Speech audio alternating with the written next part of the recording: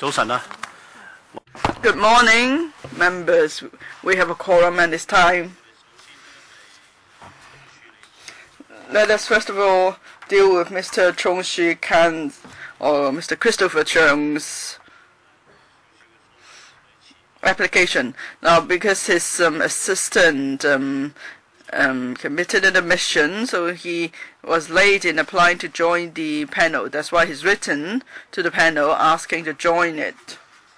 Well, it's actually past the deadline for signing up for the channel, but in accordance with the House rules, he must have the consent of members if whether he is allowed to join. So members, do you give consent for Mr. Christopher Chung to join the panel? No objection?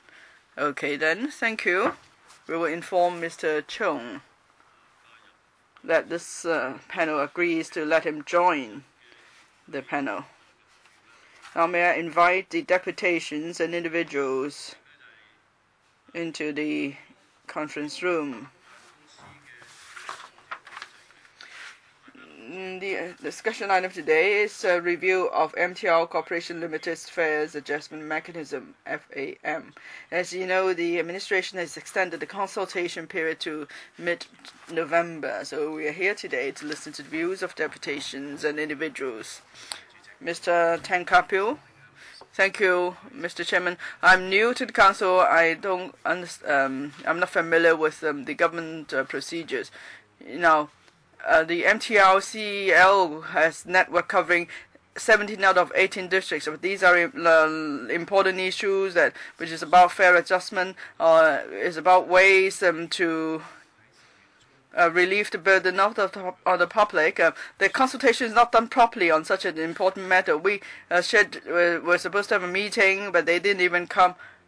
And can I move a motion to extend the consultation period to the end of this year, so that all 18 district councils will be able to hear the views of the grassroots sector, because there's really no point to extend the consultation to mid-November. Well, let's follow the agenda today. Let's first of all listen to the views of deputations and individuals, and then we will deal with members' views, okay? Mr. Tan Kapil has given notice to move a motion to extend the consultation period. Now, the rules is that of our rules are that a member must submit a motion in writing. Yes, Mr. Wong Kok-heng seconds my motion. Okay, we'll wait for your written motion before we deal with it, okay?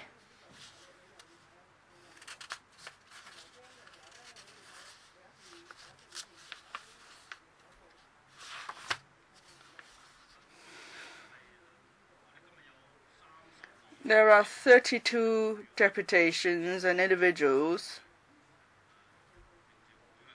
attending the hearing today.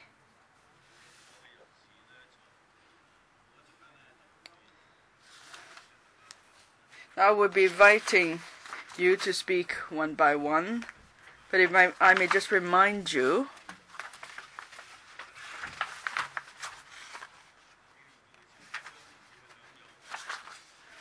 your speech in this conference room is not protected by the Legislative Council Powers and Privileges Ordinance Cap 3282.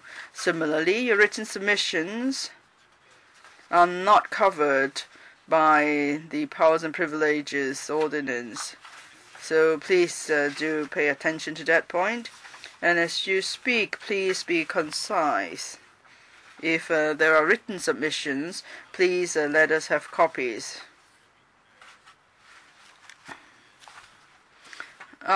We've also received written submissions from some deputations individuals. These will be tabled in a moment. There are 32 deputations and individuals, so each will have 3 minutes to make your submission. If you've already submitted written submissions, there's no need for you to read out your written submissions. You could just add orally to your written submission. And of course, you know, we have microphones and earpieces. I'm sure you know how to operate them. The microphone, you don't need to wear it, you could just speak into it. First, Mr. Makhip Singh, District Councillor. Thank you, Mr. Chairman.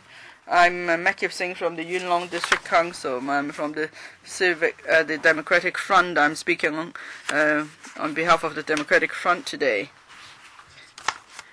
We are asking the MTRCL to withdraw the FAM, Fare Adjustment Mechanism, and there should be a power for this council to monitor the fare increase, or to vet the fare increase. Now, after the merger of the KCR and the MTR, the Fare Adjustment Mechanism, FAM, has been implemented. So it's entirely up to the MTRCL to decide when to increase fares or so-called reduce fare, but so far we've never seen any fare reduction. The MTRCL is making profit of over $10 billion every year and still is asking for fare increase. And then LegCo has no power in vetting the fare increase proposal. The MTRCL will only operate as a commercial concern. It's greedy. It wants to maximize its profit. Last month it made some special profit. It's not counted as its operating profit, and it's and also actually it has a lot of advertising revenue as well in its stations.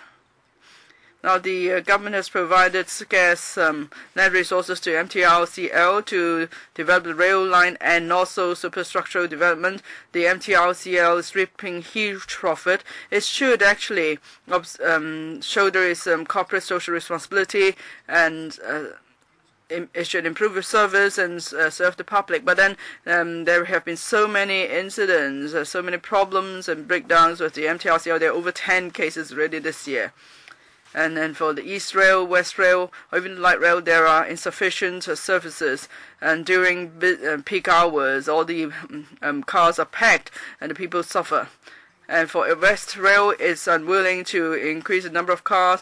And for Light Rail, it's reluctant to provide the platform doors. So the MTRCL is running as an independent business kingdom. It's asked for fare increase every year. It has no regard to the interest of the public. It's not at all a corporate. It's not. It doesn't show there is corporate responsibility. So we want to withdraw the FAM, and we want to impose a demerit system for service performance. And there should be also vetting power by this council in terms of the fare proposals of the MTRCL. Next, Ms. Lo Pui-shan from the Hong Kong Classic Commission for Labour Affairs. Now, we know the MTRCL has published the government has published a consultation paper, but that paper has got only 5 pages. It's just to give background, the current FAM, and the various fare concessions. But then the administration has not explained why there's a need for the consultation, what are the problems of the current mechanism. So the public have no idea how they could give their views that way. And also in the paper, the administration hasn't come up with any concrete proposals on improving the system. So we question whether the administration is sincere in improving the mechanism and helping the public. This panel and together with other committee groups, we have already told you about the flaws in the mechanism. We won't repeat that. Now, the government, you are the major shareholder of MTRCL. You are in a position and you have the duty to protect the interests of the public. You have to stop the MTRCL from increasing fares unreasonably, but you've never done so. Rather, you favor the MTRCL. And you've never helped the public to fight for the best interests of the public when it comes to fare increase. But then you allow MTRCL to develop the property developments, and so they could make more money and reap obscene profit. So are you trying to help MTRCL to squeeze Hong Kong people off their money. The MTRCL is not represented here, but the government is the majority shareholder of MTRCL, so you could hear us. The MTRCL is a public service. It has the duty to look after the needs of the public. It should show there is corporate social responsibility. But then we see that the MTRCL has no conscience to speak of. In the FAM, well, the MTRCL may say that this is an agreement, the FAM, so we must follow the agreement.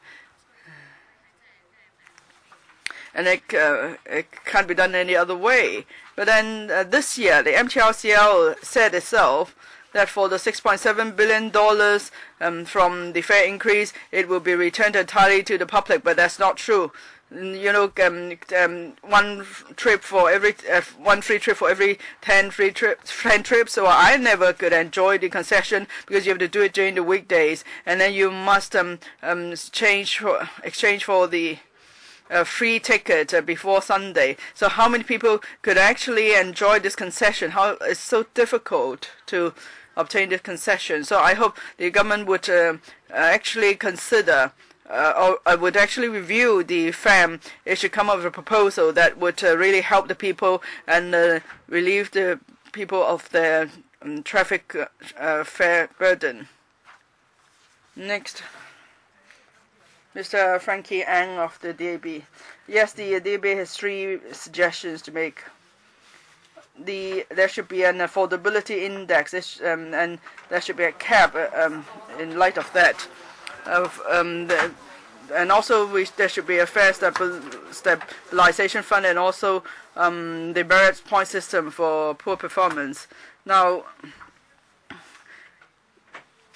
under the FAM, the indexes are referred to in determining fare. That's the transparent system. So the DB believes we could keep the mechanism. But then, for the indexes considered, they do not reflect the affordability of the public, especially for the CCPI, Composite Consumer Price Index. Of course, when there's inflation, the index will go up, and definitely fares will have to go up, and that go against the public wish for fare reduction to relieve the pressure of inflation. So the DB believes other indexes should be included in the formula.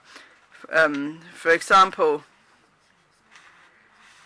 the fare increase must not exceed the wage movement indexes or the household income indexes. Then the fare level arrived at would reflect the affordability of the public. Now, there's heavy burden on the public in terms of transportation costs. So there should be a fare stabilization fund when there's profit. The government receives dividend from the MTRCL each year, so a percentage of that should be put in the fare stabilization fund, or it could be a percentage of the profit of MTRCL each year.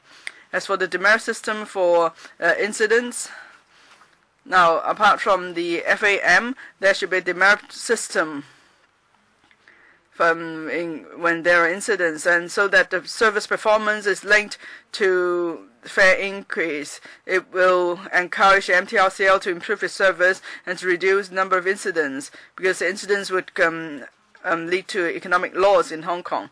And we could refer to the practice in other places. For example, Singapore in 2007, it started a QS service standard that it imposes on the public transport operators, and there are penalties involved when there are incidents. That's a way to monitor the service level of public transport operators. Next, Mr. Winston Lee of Professional Power. Thank you, Mr. Chairman. On the review of the FAM, the youth group of the Professional Power would like to make a number of suggestions to the administration. Now, there is the minimum wage, and the economy has improved a bit, so that's why in the past year the salary class has seen a wage increase. So if you go by the FAM, then it's hard for fare to go down. And of course, because of the high exchange rate and the imported inflation, the CCPI stands at a high level, so there is little room for adjustment of fare downwards. So it's no longer a fare adjustment system that allows for both increase or decrease, because there's only increase and no decrease, and it is most unfair to the salaried class. That's why the professional power proposes that we could introduce the fourth and fifth indexes. The one is the surplus index for MTRCL and the demerit system. For the MTR, we could consider the surplus as a baseline, surplus this year of the MTRCL as a baseline. That is, if, say, the surplus exceeds a certain percentage next year, the surplus next year exceeds a certain percentage of the surplus this year, then we should ask the MTRCL to reduce its fares. But if it doesn't do so well, then we will allow it to adjust fare upwards appropriately. And we believe there is a need to impose a demerit system. This is to ensure the service performance and the safety performance of MTRCL. Now, we have seen a decline in the service and safety levels of MTRCL. Only recently in Shenwan, there was some case caused by human error during peak hours. So many commuters were affected during peak hours. So also, we must hold back the powers of MTRCL to increase fare by itself, because this is a metaphor of all 7 million people in Hong Kong. We believe there is a need for extensive consultation, so Hong Kong people could come to some decision on their own. And also, the FAM doesn't really reflect fully the needs of the society, of the community. We would like to introduce more social elements so that this mechanism won't be so one-dimensional. And apart from doing consultation at the LegCo, I hope the government will reach out to different districts, and then you could carry out all sorts of consultation sessions, and the public could be fully involved in this review exercise of the fare increase mechanism. Next, Ms. Christine Fong, Sai Kung District Councillor. I think all the citizens have a great opinion on this, and I want to thank professional powers to express their opinions. And we have submissions. So, as MTRCL earlier has done some very small adjustments for minor suggestions, such as buy 10, get 1 free. And a lot of citizens feel that that is useless. So we suggest that we should have a monthly pass for all of Hong Kong. In terms of Tung Chung, it's actually more expensive than the octopus card. So that is an attitude of deception. So we hope that the Transport and Housing Bureau will monitor the operation of MTRCL. That is, do they have an attitude of deception, or is it that they really care for citizens? So when we hear the CE or the government that we need to review the fare adjustment mechanism, I think that is correct, because the government has more than 70% of the shares. We suggest that in the short term, there should be some concrete monthly pass for the citizens for all of Hong Kong. So that is as a permanent measure to help citizens. Looking at other transportation modes, when we see that, for example, the East Tunnel is increasing its prices by a lot, and some cross-harbor buses cannot operate. Another example is that, for example, in Singapore, competitiveness in terms of the world is the second, and Hong Kong is the first, and Hong Kong is the second. Now, let's say in Hong Kong, if you take a bus from airport. So in Hong Kong, for example, we go from the airport to the Central, you need $25, but in Singapore you only need around $2 to go from the airport to the center of the city. So I want to say that our previous generation built the MTR. So we hope that our future generations can benefit a reasonable fare for transportation. So we hope that the government will monitor this. Thank you. Next is Tin Shui Wai Community Development Alliance, Mr. Kong Kin Sheng. Thank you. I think the residents of Tin Shui Wai is really affected by the bullying from developers and as well as bullying from the MTR. Because a lot of times we use the light rail, but the other transportation that we have is the West Rail because the bus lines have been cut. So there is a bullying effect from the MTRCL. For the fare adjustment mechanism, several years ago, we have already talked about this. So I want to look at the consultation documents. We think that what is the point of the government? Because that consultation document only has 5 pages and is very empty. It does not talk about any concrete plans. So when should we talking about? Should we talk about a fare adjustment mechanism? So should we talk about the individual factors within that formula?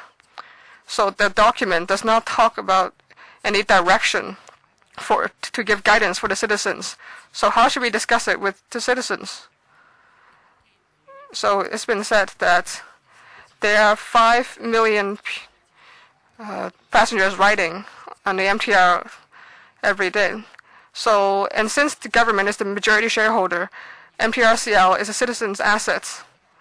So if you are going to use an only 5-page document to talk about such a huge part of the society, we think that that is not enough. Because in the northwest of New Territories, there's already a huge consultation discussion meeting, but now we don't even have this for here. They only want to make it to deal with it very casually. So when we only see representative from the Transport and Housing Bureau, but we don't see a representative from MTRCL, which shows that they are insincere about this. So perhaps that, and then it's been discussed that there's been consultation for a long time ago. But I would like to ask the deputations here. So has anyone from the government or from the MTRCL who has come to ask? No, yes, that's correct. And yeah, Mr. Yao Shengmu, deputy,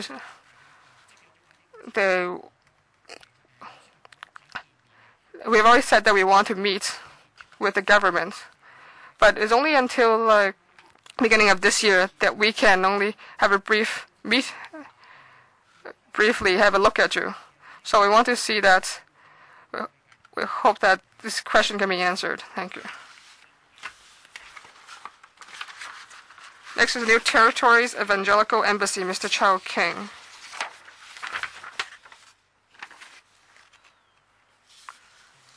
Hello. I am a person with disability, and I am an elderly person living alone. So, but the MTRCL has profits every year. Why do we need to increase the fares? So we hope to not use the FAM anymore.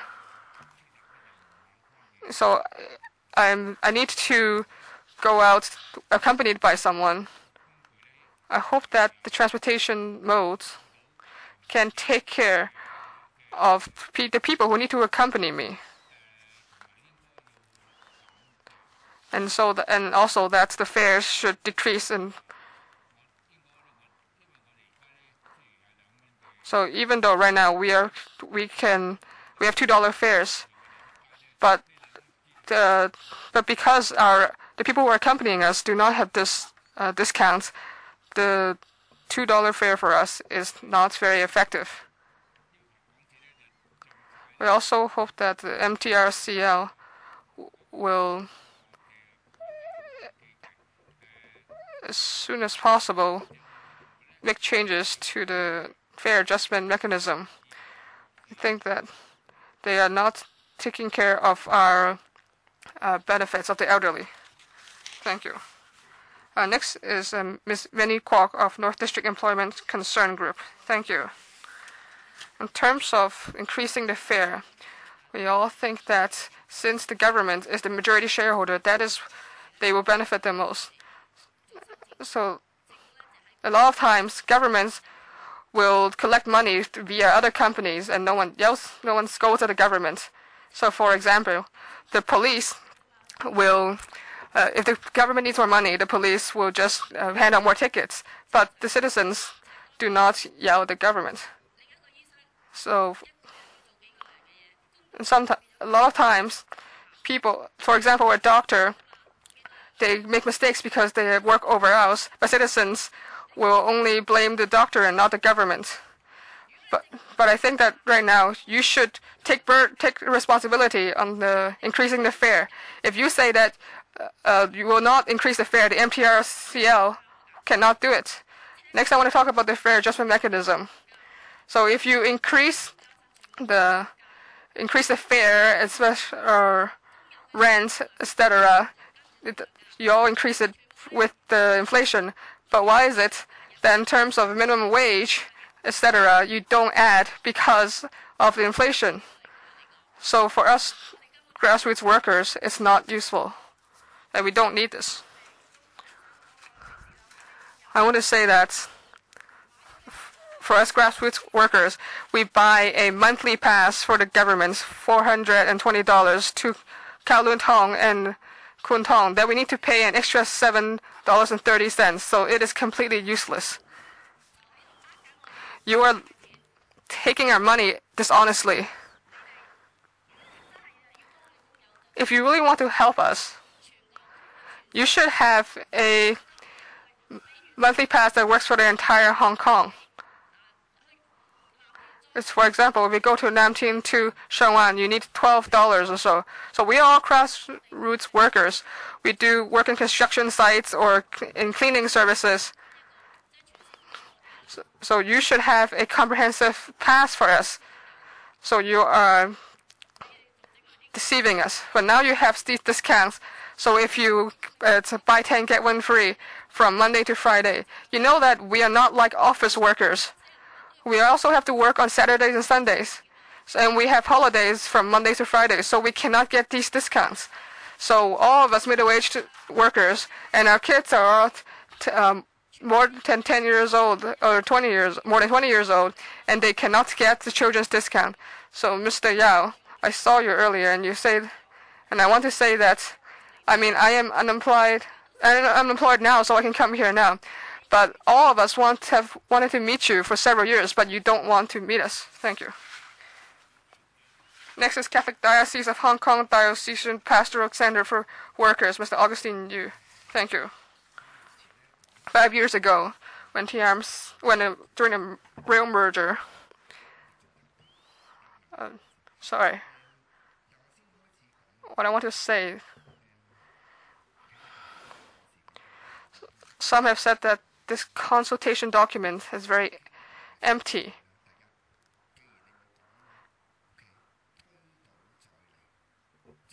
So we think that the entire system should be overturned because it is pressuring citizens and sucking money from them. We hope that all the LegCo members can get rid of the system and don't use the formula. So a lot of times the formula is mentioned. I am not stupid like that. Secondly, in the rail merger, the government has created a monopoly. You can all see this vampire puppet. So the MTRCL has become too big, and now you have built new lines to make it even bigger. so that they can add prices whenever they want, and the government cannot control this. I think the government can stop this if they want, but you don't want to do this because MTRCL keeps on making money and the government keeps on getting money. So you cannot say that the government is not getting benefit from this. So this is a conflict of interest. Some have already said that you let them increase fare so that you can get the money. So you cannot say that the government has no benefit. You have created a monster. And it's like a second or a third type of tax. The minimum wage right now is $28, and then some LegCo members say that you should not increase it. So my fare is tens of dollars, and each meal is $60 to $70.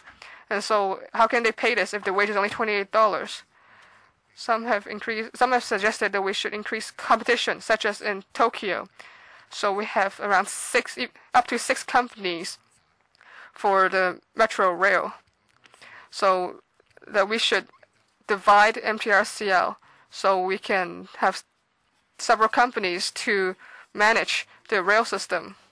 We also strongly protest against the government.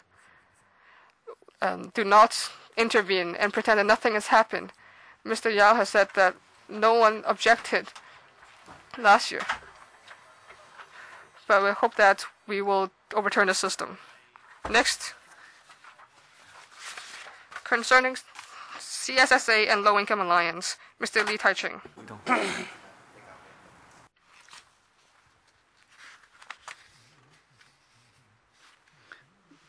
Yes, I represent the concerning CSSA and Low Income Alliance.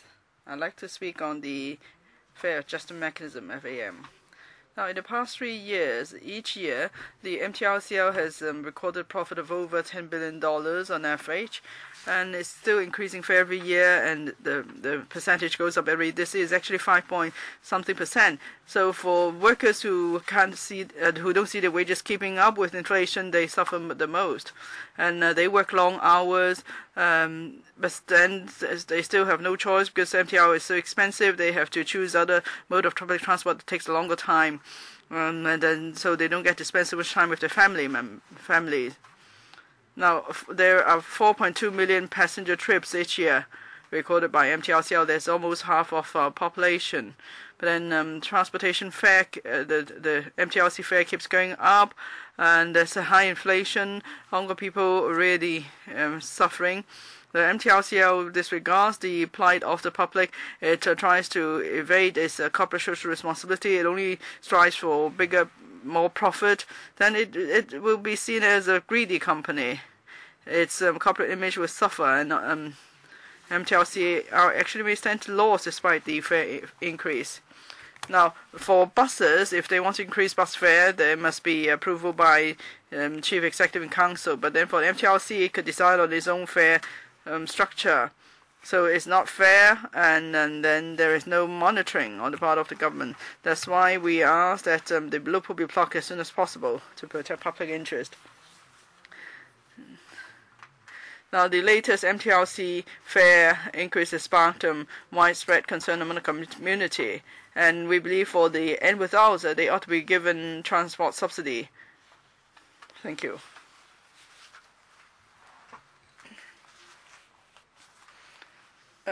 Deputations, could you please lower your exhibits because I can't see those sitting behind you. Please put it on the floor. Thank you.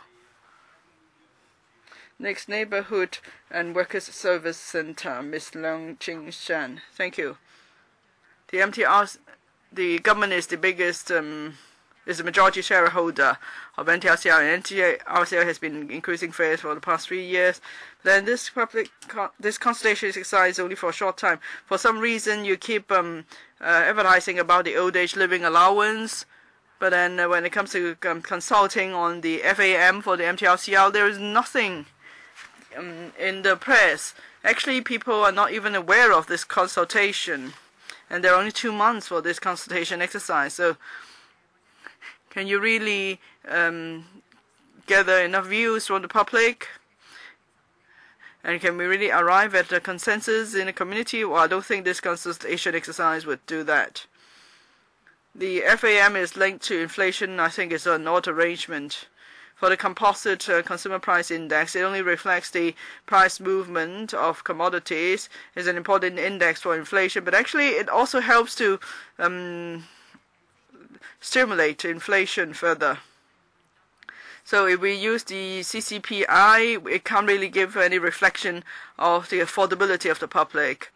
In the consultation document, there is mention of this nominal wage index transportation sector that covers all the entire transportation sector, the rail sector, bus sector, lorry sector, the air cargo sector, shipping sector, and so on.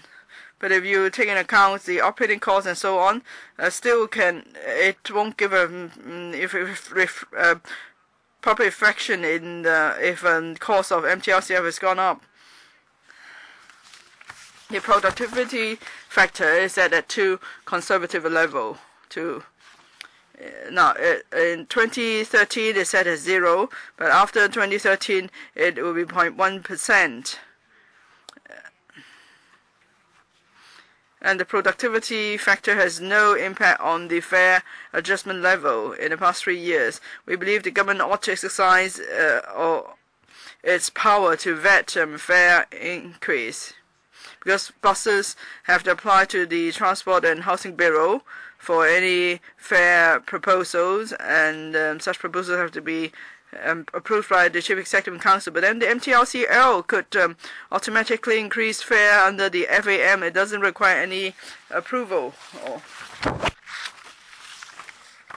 So when it comes to monitoring fare increase of public transport operators, there ought to be equal treatment for all. There shouldn't be double standard. And then for remote places like Tianjin and the North District, there have to be fair concessions as a means to help the people. Thank you. Mr. Leung Kam-wai, Kwai Chung Estate Labour Rights Concern Group. MTRCL is the largest public transport operator in Hong Kong. Also, we have rail first policy in Hong Kong. So the there is rail dominance. The government is the majority shareholder of MTRCL, but it has no power in vetting fare increase under this FAM. So the government is trying to shirk its responsibility. From statistics in the past year, the actual wage of the public, having discounted inflation, there's only been growth of 1.9% and 2.3% in the past 2 quarters. The MTRCL has increased fare by 5.4%, so that far exceeds the affordability of the public. The government definitely has to shoulder its responsibility. And then in the consultation paper, the government hasn't come up with any proposal. So after this consultation, will you collate the views of the public and then come up with any concrete proposal for a second round of consultation? Otherwise, this consultation is really quite pointless and insincere. It won't achieve anything. Transport subsidy. Now, we see that public transport operators have been increasing fares every year. But in the past 3 years, the government's been keeping transport subsidy at $600. It's never increased the subsidy. I wonder if it's because the government thinks transport fares are not high, or do you think that $600 will stretch a long way for people taking public transport? I really don't follow your logic. Transport fares go up every year, but you do not increase the transport subsidy. I wonder if the government could review the level of transport subsidy, as well as the level of fare increase for MTRCL.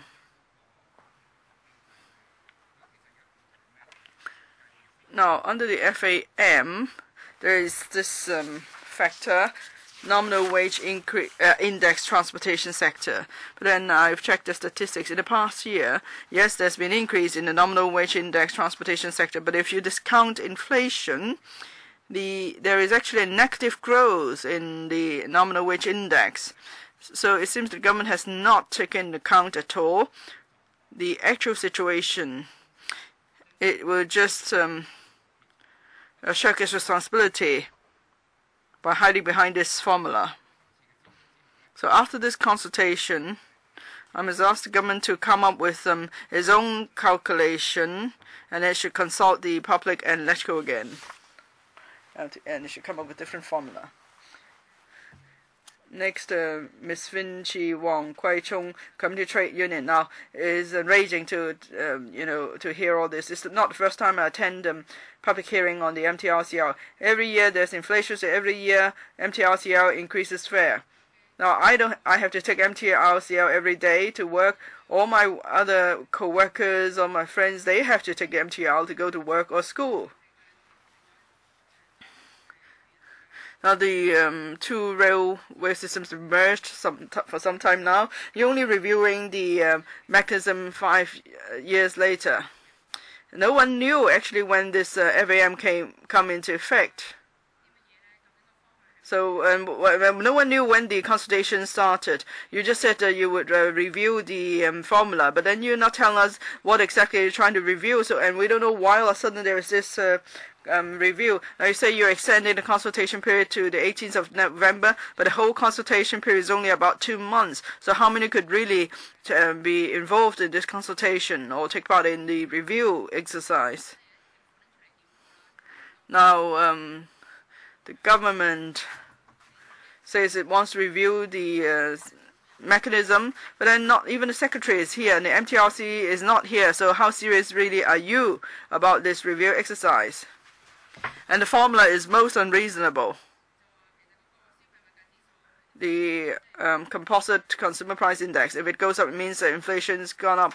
And then you equate that as the affordability of the public. That's preposterous. You know, everything is more expensive by the day. Even vegetable is more expensive, but have wages gone up?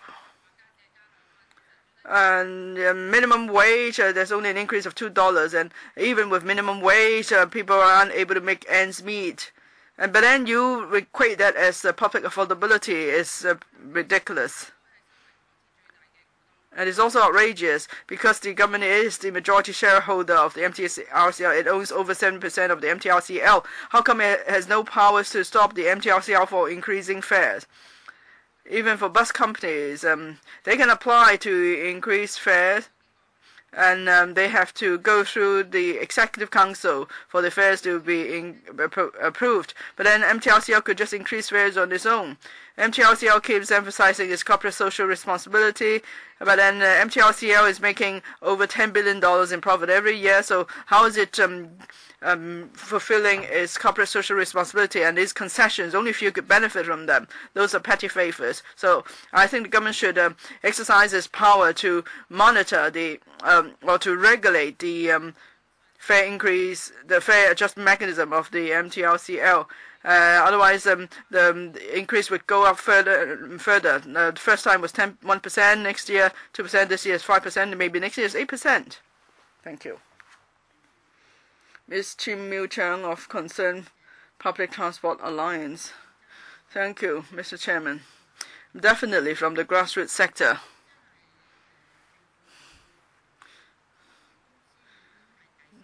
It's the third year in a row that MTRCL has upped its fare. It doesn't care about people like us. Yes, the government say this is a public consultation. We didn't even know when it started. And we weren't aware of the consultation, and we don't know what you're consulting about. All we know is that you keep increasing fare. Now there's high inflation, prices have soared. All we see is that all public transportation fares have gone up. So just adding fuel to fire.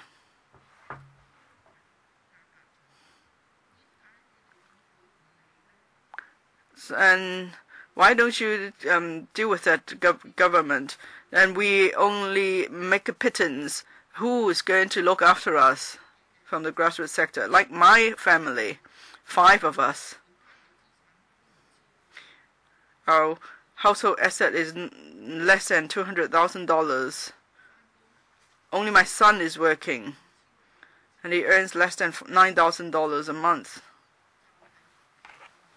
There's no way we can turn to for help. Now, family members have to take the MTRCL to go to work, but we fail to apply for transport subsidy. My husband is 65 years old. Because our savings exceed the limit, so we couldn't even get the fruit money. So what can we do? Many of my neighbors are in the same plight. But many of us have to work to earn that pittance. Now, they're not here. It's not because they don't have views, it's just that they couldn't make it here. So when the government reviews the mechanism, it should come up with a it should come up with a proposal and a time frame for the consultation. And I hope you will really see the needs of the grassroots sector. Is there a chance for us to meet the secretary?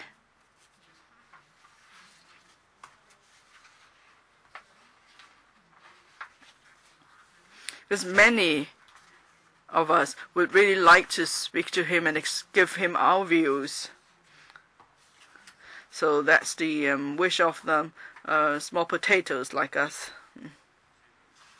Next, the Federation of Hong Kong and Kam-lam Labour Unions, Mr. Tong Yu-ching. Thank you. On the review of the FAM, we have 2 points to make. One, under the FAM, the workers' rights and interests, would that be undermined? The document proposes adding a service performance factor. There will be the merit system, and fair adjustment will be linked to performance. Now, we are worried. Are you going to actually link the staff performance to fair adjustment? And so the staff will have to shoulder the burden. Now, there were 82 incidents causing delay of 8 minutes or more in the past year. For half of these cases, because there was mechanical failure, and this is beyond the control of the frontline staff. Now, if there is a link between the fair adjustment mechanism and the service performance, at the end it may be the staff who will suffer. We agree there is room for improvement for service quality of MTRCL, but it doesn't mean that it should be linked to the FAM.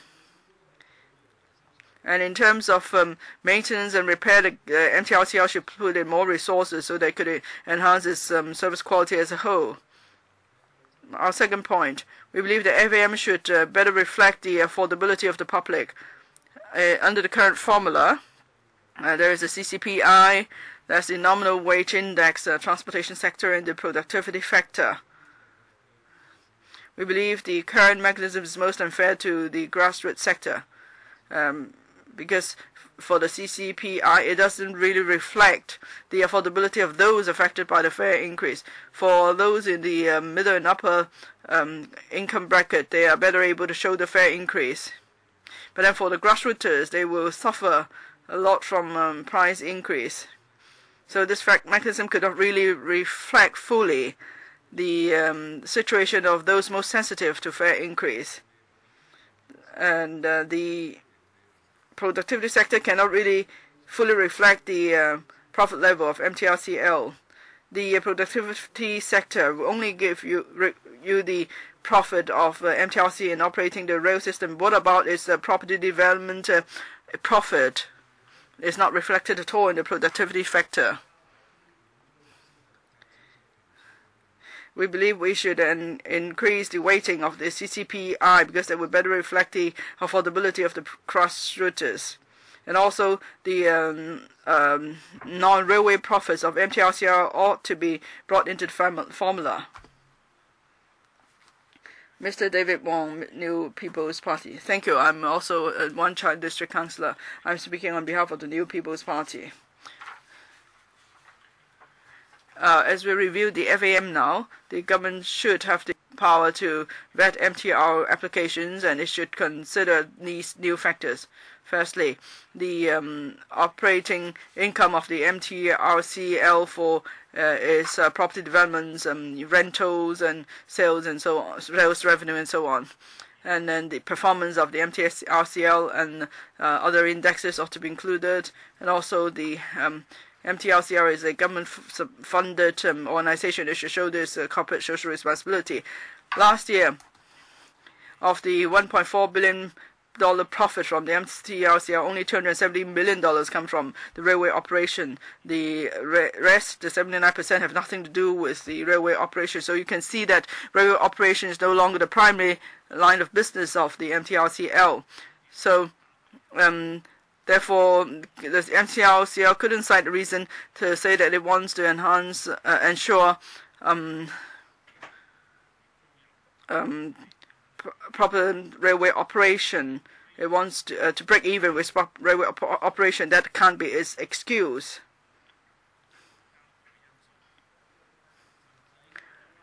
It should, in fact, this factor should help to reduce fare.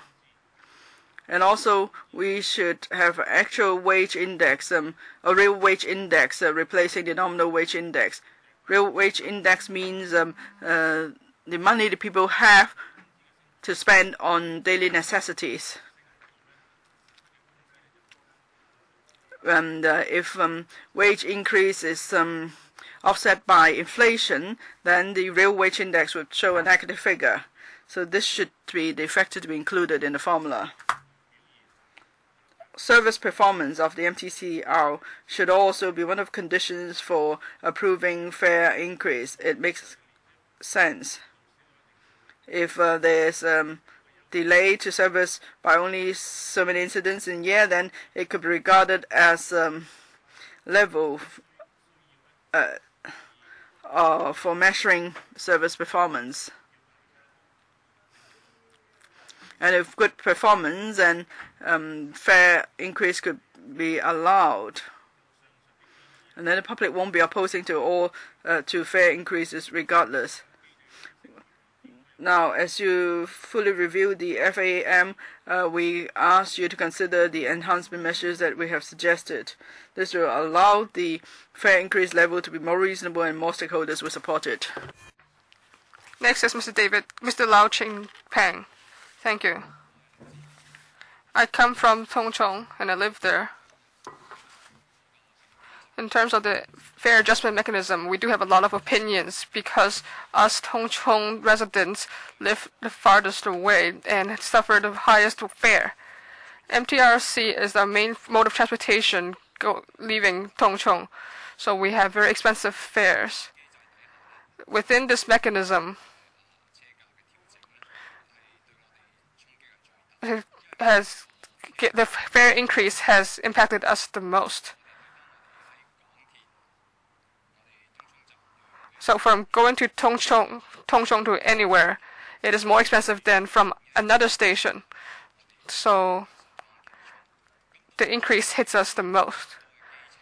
There are a lot of grassroots citizens from Tung Chung. So within 40% of residents, 60% are grassroots. So to ask us to bear such high fare, I think MTRCL has this corporate social responsibility to lessen the fares suffered by us. So in terms of increased fare, the MTRCL has said that they will use the extra revenues generated to give it back to the citizens, and they'll create a new monthly rail pass for Tung Chung. But this gave us a false illusion that we have this monthly pass, and then so it can balance the increased fare. So we have buying this monthly pass now, and we see that there are only 5,000 such passes have been sold, but there are around 20,000 of us people who may need this. So it shows that the pass is not popular, because this is only limited to Tung Chung line. You can have limited trips from Tung Chung to central. But for people who work in Kowloon or in new territories, they need to take another trip, and then they have to pay for that. And so actually they have to have an additional fee in addition to the month. So in the monthly pass. So this monthly pass only benefits people who are going to the Hong Kong Island, or those who are going to places close to the Tung Chung line. But for those going to Kowloon, or for example, new territories, the monthly rail pass is actually more expensive than single journey fares. So such a monthly rail will it really countermand the fare increase. We hope MTRCL will take this into account. Next is Mr. Cheng Cho-kwang from Shatin District Councillor. Thank you.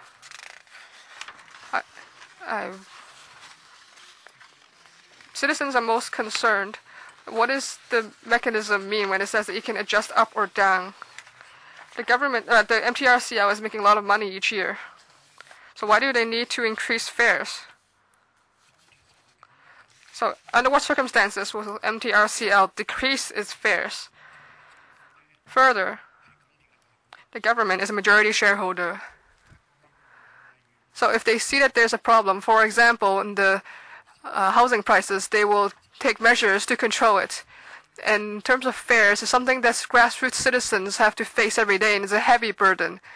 Will the government take any measures to stop the increase of fares? We hope that all the LegCo members, as well as the officials from the government, will give to us citizens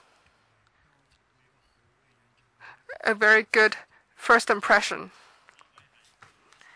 Next is Mr. Sammy Choi, Kwai Tsing District Councillor. In terms of the fare adjustment mechanism,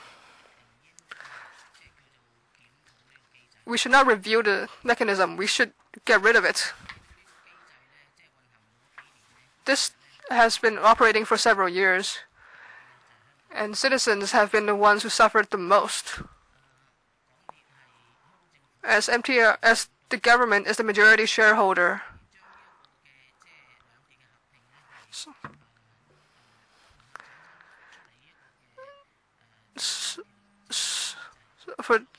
so the fare mechanism was set at what was the purpose for this? So it's been operating for several years, and we see that the fares only increased but has not decreased, and has and so caused a great burden to citizens. We should get rid of this mechanism and not review it. In the current transportation policy, the government encourages citizens to use the MTR as a form of mass transport. But for the fares, the government has taken a no interference policy, and they allowed MTRCL to, from free market principles, to adjust its fares. So as we can all see, and as many have mentioned here today, it is kind of a monstrosity. So because of the rail merger, this mechanism was born, and so it's failed for the past few years. So we think that we should not use it anymore.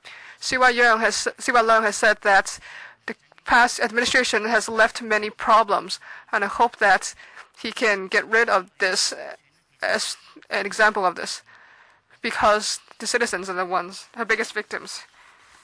Next is Mr. Lam Siu-chong, Sai Kung District Councillor. Thank you. In terms of the FAM, because all the inflation factors, for example, the government gave money to citizens, so that has caused the inflation to increase. So the MTRCL, because they use the CCPI, as well as the wages index to calculate fair adjustment. So as a counselor for 5 years, my wages has increased by inflation, but the wages are actually below the inflation. So the MTRCL has a lot of properties. So I think they should use the revenue they generate from the properties to create a stabilization fair fund. So furthermore, there are a lot of incidents happening at the MTR. So for example, us citizens from Sai-Kung cannot take the MTRCL. So we hope that the Secretary for Transport and Housing, there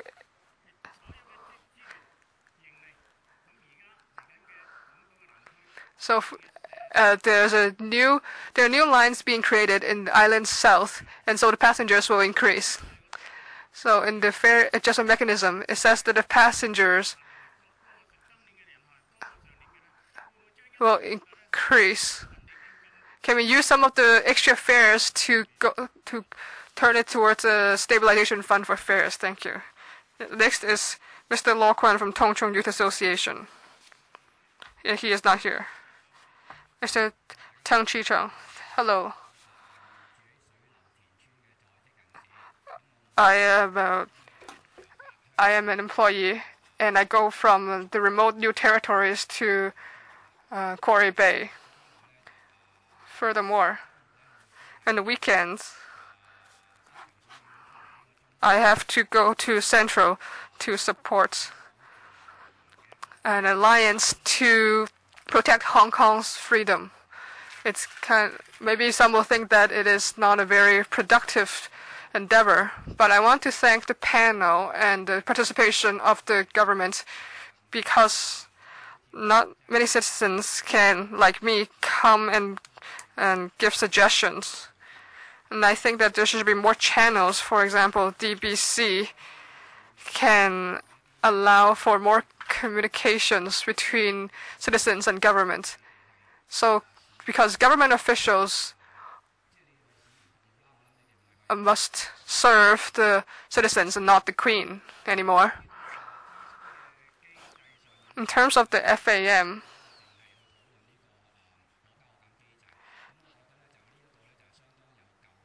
I think that there's a big problem.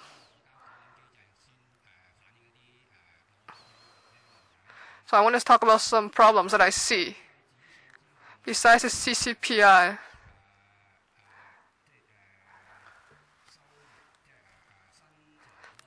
as well as the wages index, I think we should add other factors, such as for people who are unemployed or semi-employed, and increased indices that reflect this.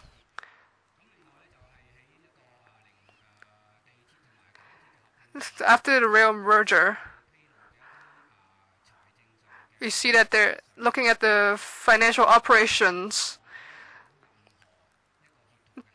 There are no. So it seems that their cost after rail merger has increased by 100%. So, but if even now, after so many years, the operation, they say that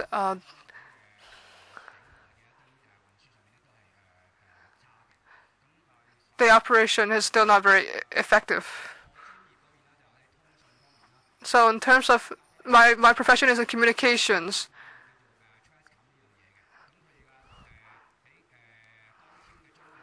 So in terms of optical channels,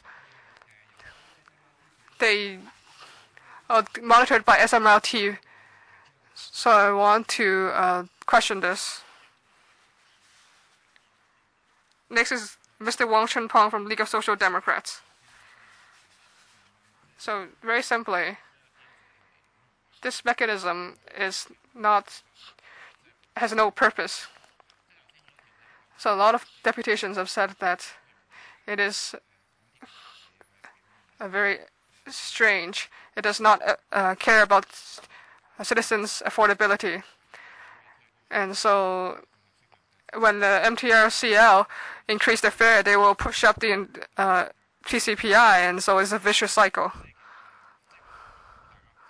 So everyone recognizes the absurdity of this. So why do we say that we should purchase back the MTRCL? Because as long as it's a private company, they will only work for the benefits of the shareholders. So we're talking about revenues generated. That is a meaningless discussion, because MTRCL is a monopoly.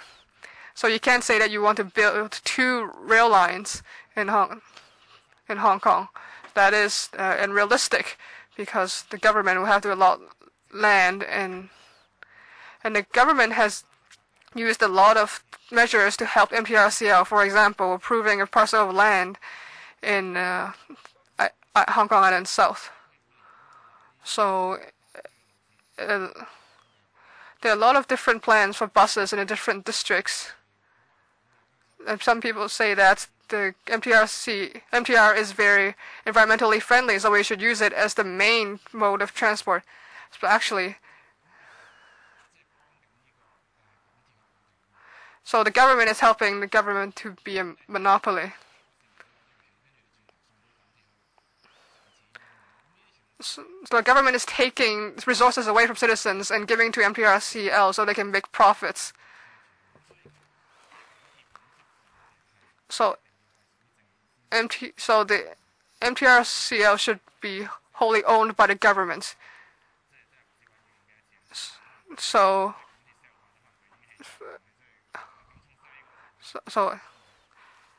if that, in that way, perhaps more stations that are more useful to people can be built. So MTRCL's operations are not limited to transportation.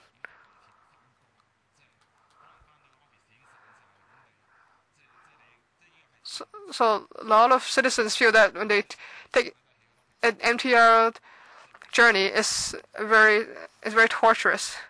And of course, the MTRCL has been building many, has been developing many apartments as well, and they create bad environmental effects and also cause bad effects to retailers in terms of their mall policies. Next is Youth Committee of the Liberal Party, Mr. Dominic Lee. Yes, thank you. So nowadays, whether you like it or not, MTR has a part of our lives. So when I come to LegCo this morning, I was very unwilling to do this, but I do have to take the MTRC because I don't know how to ride a bike like Mr. Wu here. So as a grassroots citizen, I feel very unhappy about the fare increase.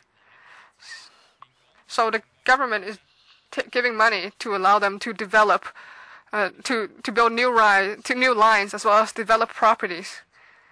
We hope that the MTRCL would not be at fault if they just act as a private company, but they enjoy special privileges from the government, and they do not have corporate social responsibility. So they only know to maximize their profits and then want to increase the fares, so to cause the citizens have a huge uproar, and it's bad for all sides. So we think that MTRCL should immediately review the mechanism for fare adjustment, so us grassroots citizens can share in the profits of the MTRC. So even if you cannot avoid increasing fares, the increase should be minimized. So we think that MTRCL should have a bonus sharing system. So and they use 5% of their revenues to prevent fare increase. And then they should also have and then if they don't use it, then they must save it in a fund to use for future purposes to stabilize the fares. And this will accumulate year to year. if the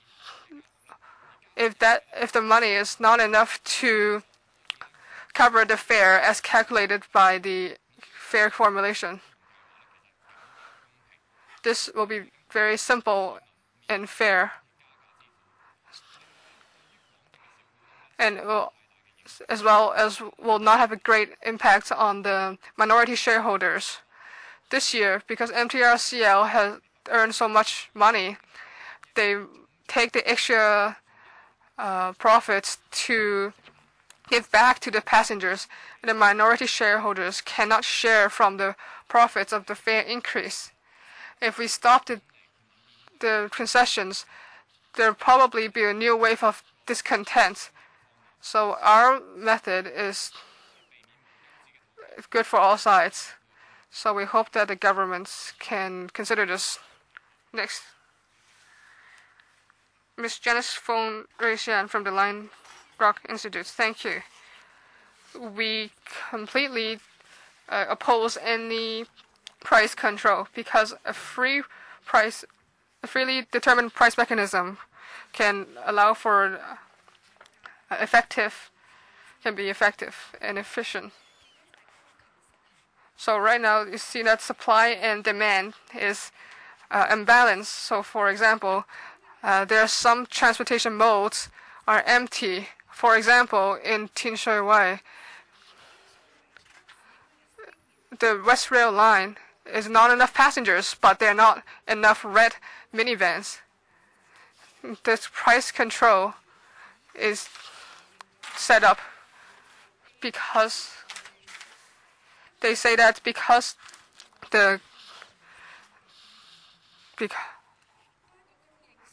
if a supplier is increasing its prices dramatically in the free market, it will attack other corporates to also will have provide more transportation modes so the price will decrease. So right now, even if the MTRCL increase their fares, there are no other competitors. Why is it that there are no red vans in Tinshui?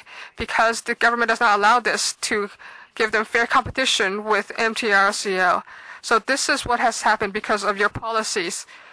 In the past, we only build rail lines if we ensure that there is demand. But now, if a electrical member really demands it, then a line can be built even if there's not enough real demand. So MTRCL will stifle all competition.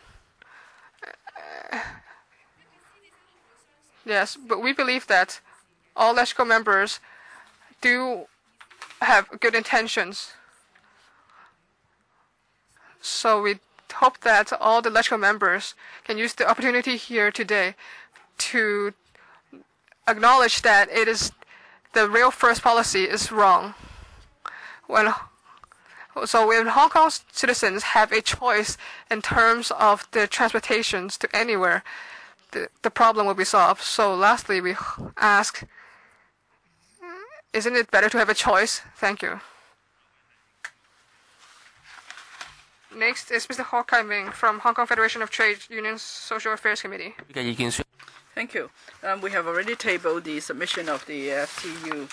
Now, just now, the friend from the Lion Rock Institute said that if members strongly request then for construction rail line, then it can be done. I hope you would really make sure that happens. But anyway, that's just digression. Now, we have no choice to come to this world, but after we're born, then we have 3 choices. But do Hong Kong people really have 3 choices? When it comes to daily necessities, food, clothing, transportation, we don't really have any choices. Clothing or food and housing, we are controlled by the link rate. Transportation, the MTRCL dominates over the system. And therefore for us. But how come we don't get a choice between buses and the MTR? Now we see there is a reduction of duplicate lines.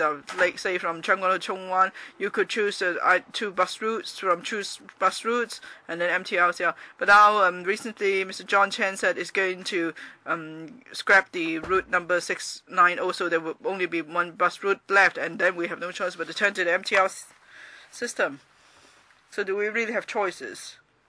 In the past, the housing department managed the public housing. The East Rail, in the past, it was managed by the government, so there's a way for us to lodge our complaints. But now, we have the Link Grid and the MTRCL, both are private companies. If we go to the government departments, the departments may understand us, but they feel helpless because these are private companies, they have no control over them. And then I could just buy 1 hand of MTR shares or Link Grid share, but still you won't listen to me. So how can I actually put across my views? So there is a strong sense of helplessness. That's what Hong Kong people think when it comes to our public transportation policy. The Hong Kong government is the government of the people. I understand the secretary is keen to do something, but we have tabled our submission. As I said, we have made 4 suggestions. First, we hope the executive resume power over vetting the fare adjustment proposals, and then there should be other factors linked to the public to be included in the FAM. For example, we should revamp the wage index and so on. There must be a fare stabilization fund, and there should be standing fare concessions, and free fares must be freezed, and you should come up with some really useful monthly passes. I hope you will lead us to bargain with MTRCL so that there will be better concessions for Hong Kong people and relieve our burden on transportation costs. Thank you. Civic Party, Ms. Family Leung.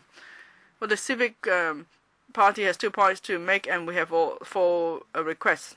First, we believe the current mechanism does not give regard to the affordability of the public. We know that the MTRCL has been reaping huge profits every year. Just last year, it made a profit of $14.7 billion. But in the past 3 years, the MTRCL has been able to increase fares under the FAM. And the level of increase far exceeds the wage increase. What is the important is that the mechanism doesn't consider the operation of MTRCL. The MTRCL makes a lot of income from its property development, but it's not included in the FAM, and this is beyond comprehension. Because that's where actually MTRCL makes most of its profits. So we believe the government has a duty to stabilize fares. And in this current review exercise, we see no sincerity on the part of the government. The consultation period is just 2 months. It's not adequate. And somehow the government is not doing like the Chief Executive C.Y. Leung did. He went to visit districts. You did not do that. So we see no sincerity at all on the part of the government in this particular consultation exercise. So we are very much disappointed.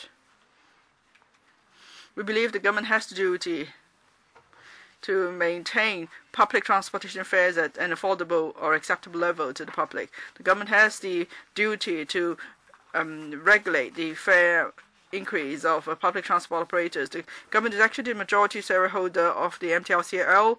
MTRCL is making so much profit, still is allowed to increase fares, so it's not right. First, so we have 4 requests. First, we believe the FAM should be scrapped. Secondly, for the operating profits from railway operation, shopping malls, and even overseas business, these should all be given back to the public, and they should be used to offset fare increase. Third point, the operation of the MTRC and people's livelihood should be factors included in the fare adjustment mechanism. That means all the income of MTRCL, both in terms of railway operation and property development. And then there is a need to adjust the current fare structure, especially for people having traveled to remote part of the territory like Tongchong, Tinshui Wai, Tuen Mun, Fanling, Shangshui. Right now, there are heavy burden on the public commuting to these places. So the government must really consider the affordability of the public. Thank you. Next, Ms. Yang Pu-Yan. Thank you, Mr. Chairman. Many groups just now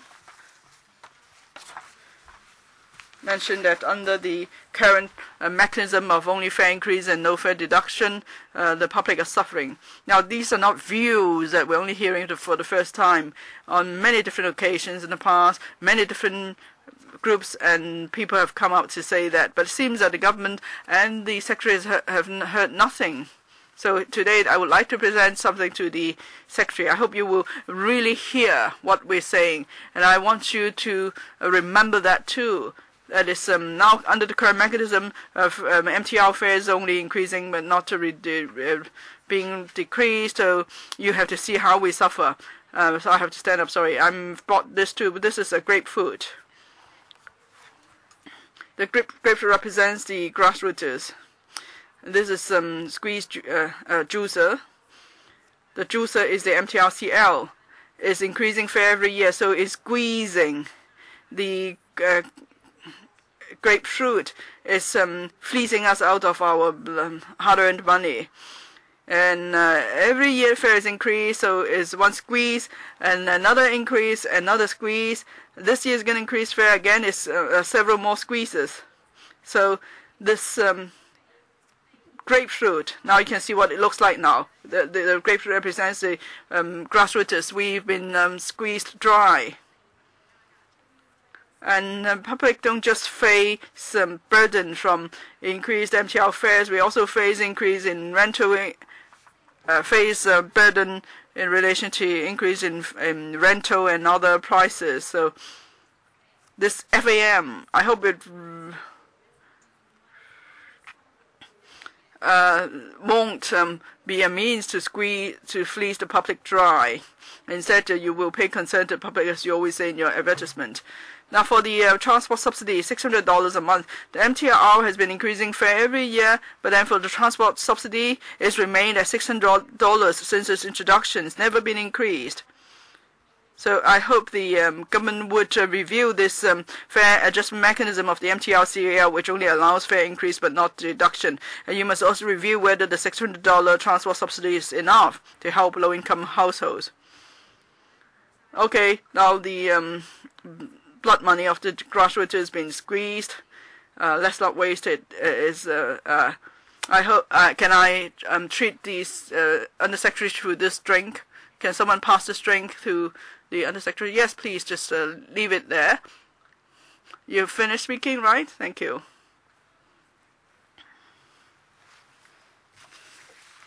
Now, attending the meeting, we have from the administration Mr. Yao Xingbo, Undersecretary for Transport and Housing, Ms. Rebecca Peng, Deputy Secretary for Transport and Housing, Transport 1, Mr. Andy Chen, Deputy Secretary for Transport and Housing, Transport 2, Mr. Jose Yam Hosen, Principal Assistant Secretary for Transport and Housing, Transport 4, and Ms.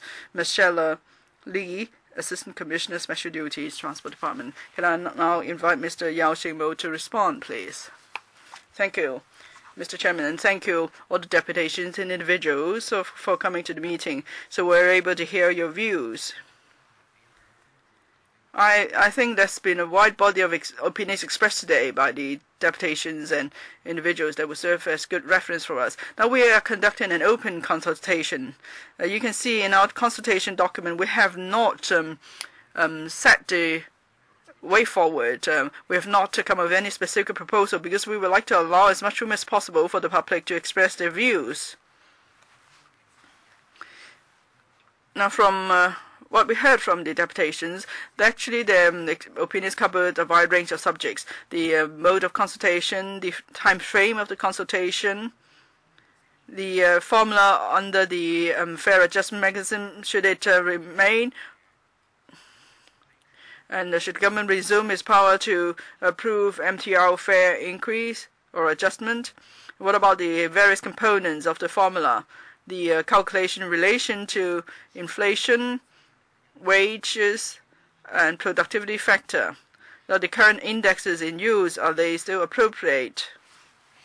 For example, the composite consumer price index, does it reflect the economic situation in Hong Kong and the public affordability? And the current nominal wage index, is it a good index to use, or should we use real wage index? Would it be a better index? And what about the calculation of productivity and so on? Many have also suggested that perhaps under the current formula, other factors have been overlooked.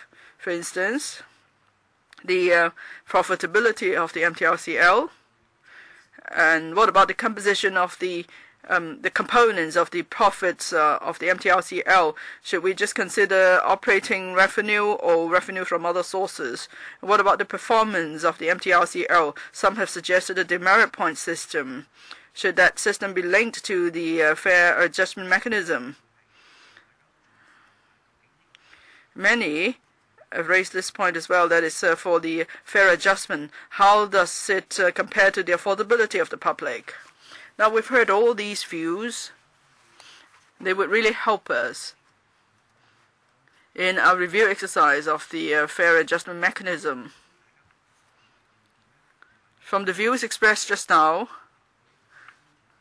and from past meetings at this panel, we know that there is room for improvement for the FAM. That's why we have initiated this review exercise. Now, in our operating agreement with the MTRCL,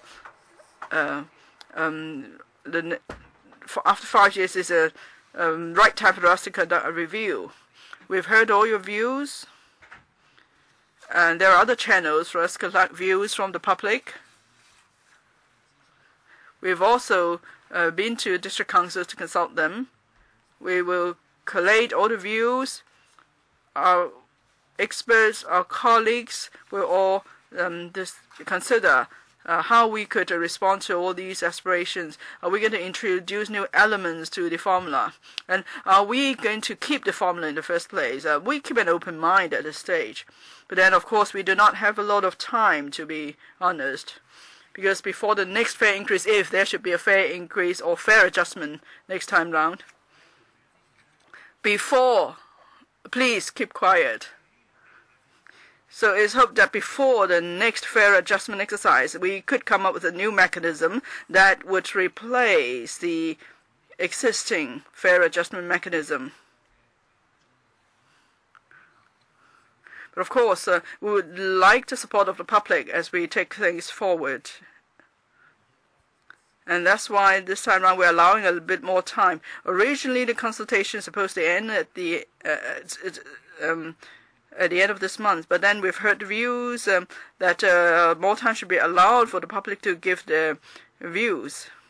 And that's why we are now extending the consultation to the 18th of November. I hope you will all seize upon this opportunity to give your views, because then we have a very short time frame to have discussion with the MTRCL. Just now I've heard members' views that we should extend the consultation, but we would have difficulties complying there. But perhaps I should stop here. I wonder if members have questions, and then I could answer them one by one. Thank you. So right now, there are 3 legislative members who want to speak, including Mr. Wong Kok Heng, Mr. Leung Kok Hong, and Mr. Ronnie Tong, and Mr. Hu Chi-hui.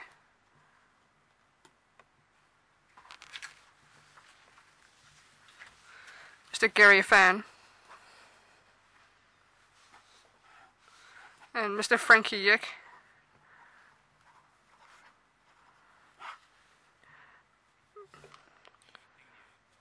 and Mr. Wong Kok Heng, Chairman. Everyone 5 minutes.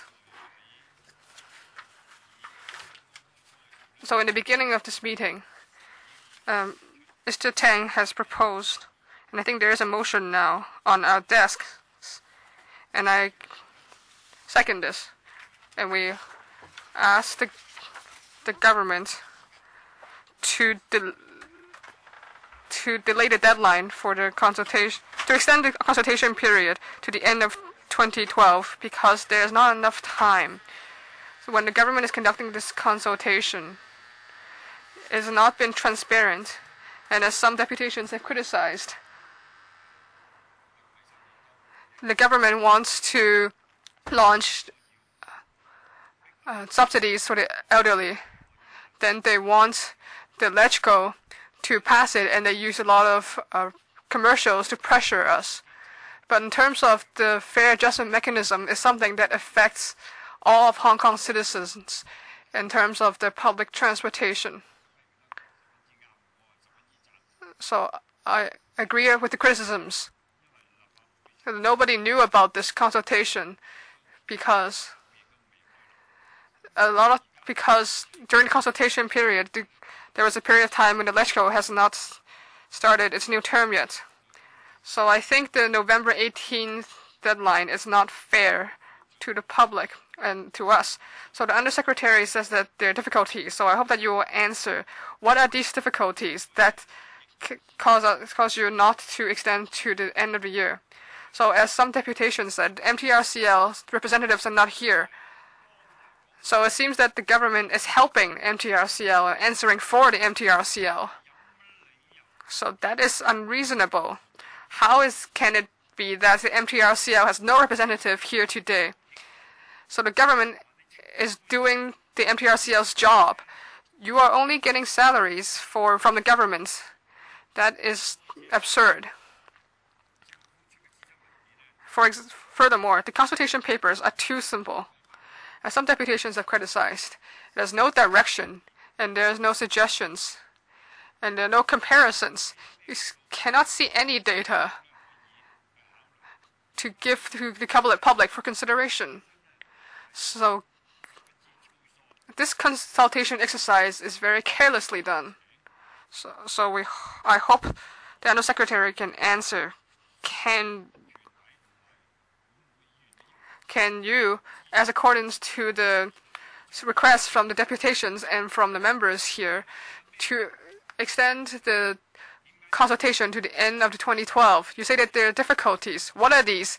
And why is it that you don't have widespread promotions for the FAM review, just like for the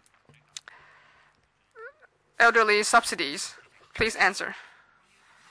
Chairman, and refers to fair increase for MTRCL or the blanket mechanism. There has been widespread discussion in society. So whenever there is a fair increase, there is a very heated discussion. So we've attended 3 different meetings here from the transport panel on this issue. And on May 7th, we have had a public consultation, and some deputations have mentioned that they attended that. So a lot of citizens have expressed their opinion on the FAM. So after hearing all these opinions, we feel that it is an appropriate time to start the review. So in terms of starting the review, is that based on what we've heard from a very long time of listening to opinions. And from those opinions, we feel that there is an improvement, there's room for improvement. So we do have a very sound basis for doing this. So when we're conducting the review, we have allotted a month and a half. We know that in this new term of LegCo members, to allow the new LegCo members to discuss this in the new term. And we want to thank the chairman to organize this, to allow members and to citizens to have one more opportunity to express their opinions. We feel that after collating these opinions, we want to use a lot of time to conduct the review, because we need a certain part of time to do this. So we hope that by the beginning of 2013, we can have a good result. Next is Thank all the deputations. But I think that, as the Undersecretary has said, he seems to have heard it all. So in all these years, MTRCL has been maximizing its profits, and it is not a new thing. But I am very disappointed from Mr. Yao saying that there is no direction. How is that possible? Last year, there were already some motions about this, so I think that is unreasonable. As a majority shareholder, the government, with 70% of the shares, they have dividends every year, and the government also has directors sitting on the board of directors. And then you tell us, like us citizens, the government has no power to make promises to all the citizens, especially those living in faraway areas such as Tongshong and Tinshuiwei. They cannot tolerate this. That the MTRCL just keep on taking so much profits without giving back to citizens. A lot of citizens do not know about this consultation exercise. The biggest problem is there's not a lot of time till the end of the year. Under Secretary, I think that you do have some ideas. You're not just saying it. When will you give us a promise as to how to? So after the consultation, there must be some plan to adjust this FAM. If you do not have enough time for the citizens to know what the government intends to launch, and then you just want to push for it, I believe you'll face difficulties. Do you have a time frame? Do you have a clear pathway to show us when you will bring forth the new adjustment mechanism? It's not that you should announce it loudly to citizens. The government, as a majority shareholder, have they fulfilled the responsibility? Mr. Yao, in terms of what we said earlier as to the government's attitude to the current consultation period, so at the current stage, we have an open mind on this. There's no special direction that we have. So after we've heard the opinions, we will collate them, and of course the government will have an attitude about this, and we will discuss this with the MTRCL. In the earlier period, there were a lot of opinions, and we feel after hearing them that there's room for improvement for the current mechanism and the current formula. So we have heard opinions from experts and from citizens that for how to improve the current formula. So I think that there are three main areas.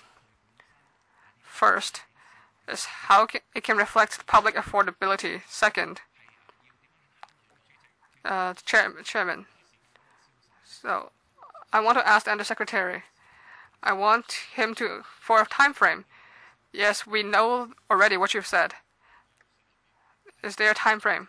Chairman, as I've said earlier, we hope that when we end the consultation on November the 18th, we will, as soon as possible, form our opinion on this and then discuss.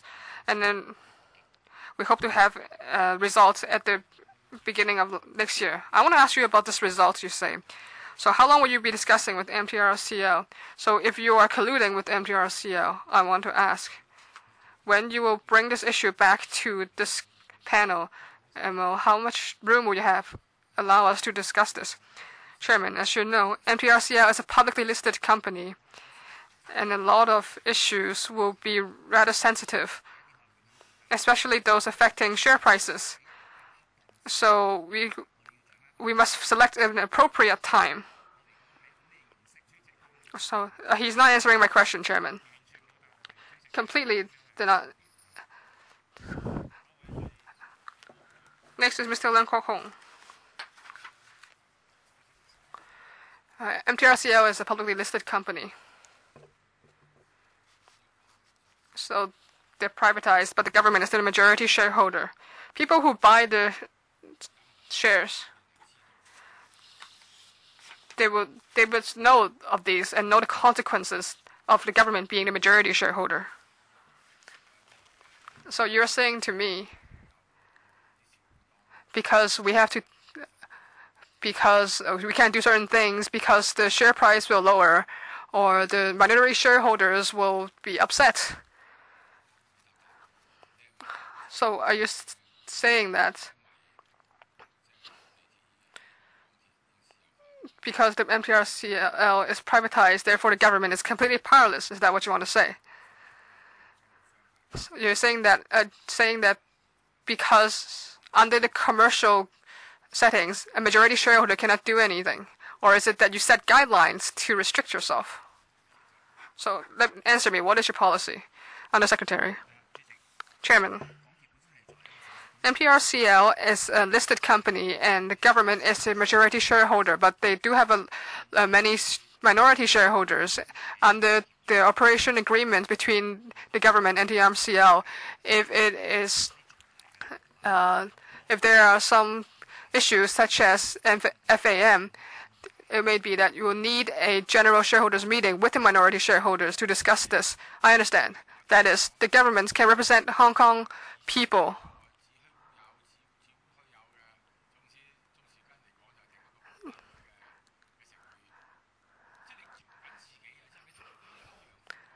So you are like this character in Louis Cha.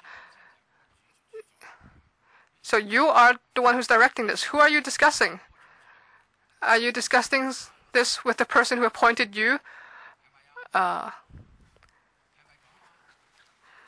chairman of MTRCL, Raymond Chen. Why don't you explain it to us? You have an agreement with MTRCL. And who is the chairman of MTRCL? Does he work for you? Can you make the chairman change his mind because you are the majority shareholder? For example, the chairman here, if I am making a lot of noise, he will throw me out. So what are you saying? If you want to take care of the citizens, so when you have so many shares and you are on the board, how can you not change things? So you're telling me, I am asking you how to change, but we do not have the power to change. So what are you consulting about? What is your policy? You have the power, so will you exercise it? No, I'm asking, how long will it take for you to do this? You're saying that after November 18th, you will discuss it with MTRCL. Who are you discussing it with? With the minority shareholders? Let the Undersecretary answer, please. Mr. Chairman, as we said earlier, it was the government who initiated the fair adjustment mechanism review because we see a need to make changes. So we'll therefore proceed with the exercise. But the MTRCL is a listed company. So we have to go through the established statutory procedures, and also there are regulatory controls over listed companies, and we must follow all the relevant procedures. But then the government is committed to dealing with the matter. It's not that we're shying away from it, but we must go by all the required procedures in taking things forward. And as I said, it is our target that by the early part of next year we could complete the discussion. Well, I really support the government, Mr. Chairman, but you can just buy back the shares from MTRCL. If I don't approve your funding application, you could take me to task. But if you won't do it, don't keep saying that your hands are bound because it's a free market. Just work out how much you need to buy back the shares. Let's deal with it in one go. As the Undersecretary, or as the Secretary, you're actually the Secretary today. What are your views? Secretary? Undersecretary? Now, on the various views expressed on what the government could do, we keep an open mind at this stage, and so we've heard Mr. Leung's view. Mr. Poon Shuping. Thank you, Mr. Chairman. Many deputations have come to give their views. They've also pointed to the loopholes of the current fare adjustment mechanism. Now, from the document, the government says that it's going to introduce new elements. One could be consideration on service quality. But just now, a deputation expressed a concern that when fare adjustments linked to service quality, then the staff may be the first to bear the brunt. So do you have any way to quantify service quality so that it could be included in the FAM? In terms of the way forward, couldn't the government be more specific and tell the public, don't just keep saying that you keep an open mind, you have no preconceived ideas, whatever? That's all I'd like to ask. Undersecretary, thank you, Mr. Poon, for your questions. Now, if I heard you right, your colleagues just now, in giving the views in the public here, they pointed to the concerns of the staff. Yes, I'm sure staff concerns are valid. Now, if we link service performance to any punitive mechanism, it may add pressure to frontline staff, and we must take note of that because it does happen from overseas experience. So service indicators or frequency of incidents or gravity of incidents, should this all be made part of the fare adjustment mechanism? Well, we have to tread very carefully. So on the point you made, Mr. Poon, we have to consider it very carefully, and we'll ask our experts to look into that to see how we can do what we can do here, or how we can measure the performance of the MTRCL. Well, actually, the service standards of the MTRCL is at high level in this age, and in terms of the punctuality of the service, the efficiency of their service, the indicators, in terms of the indicators, they reach over 99.9%. So Hong Kong could take pride here when comparing ourselves with the rest of the world. But of course, I understand the public would like to see further improvement, or maybe there could be reduction in some incidents. So we will look at all these factors. In reviewing the mechanism, definitely we will consider very carefully this point made by Mr. Poon. And I think from the point of view of the public, how could we ensure the fare is reasonable and affordable? That's really what the public care about mostly. As for the MTRCL, how could it maintain a stable operating environment? And then there is also stability in its income sources, so it could keep a safe and reliable service of a high quality. Well, that's the concern of the MTRCL. On the part of the government, we want to make sure we maintain a stable operating environment for a railway system, so that the railway system is safe and reliable in serving the public. And that's the objective of the government. Thank you. Mr. Poon, anything else? No? Mr. Ronnie Tong. We've been through all this, Mr. Chairman. We know the SL government knows very well how to stage a show together with the MTRCL. Like last time when it came to electrical, the government told us that it's a written agreement with the MTRCL to come up with this FAM. So either you take it or leave it. The public were not given a chance at all to question this agreement reached between the government and the MTRCL and whether it meets public interest. Now, many deputations have given their invaluable comments. I think the Undersecretary should have heard them. Most, except for the representative of the Lion Rock Institute, she's left. Most here believe that the current FAM is not in line with public interest. They would like to see it scrapped or improved. Now, some colleagues have proposed extending the consultation period, but that's not enough, because a mere extension of the consultation serves little purpose.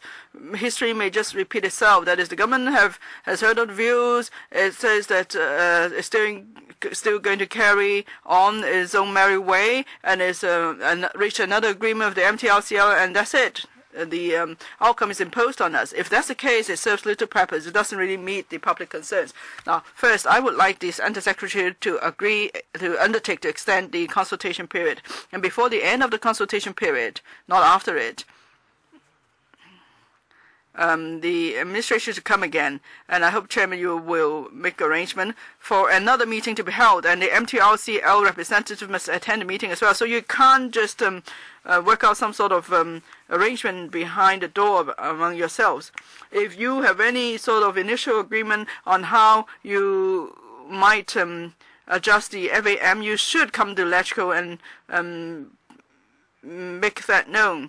And you should allow community groups to give views on your preliminary agreement, because we don't want to fait accompli. That's pointless. If we believe the new FAM is still not acceptable, we have no choice but to accept it and suffer as a result. So I hope the Undersecretary will give this undertaking in front of all these deputations. That is, you will firstly extend the consultation period, and secondly, before the end of the consultation period, together with MTRCL representatives, you come back to the transport panel meeting and explain to us how you're going to respond to the aspirations of the community. Give the community a chance to comment on the agreement you're about to reach. I hope the Undersecretary could give these undertakings. Undersecretary? Mr. Chairman, on the 2 points made by Mr. Ronnie Tong on extending the consultation period, firstly,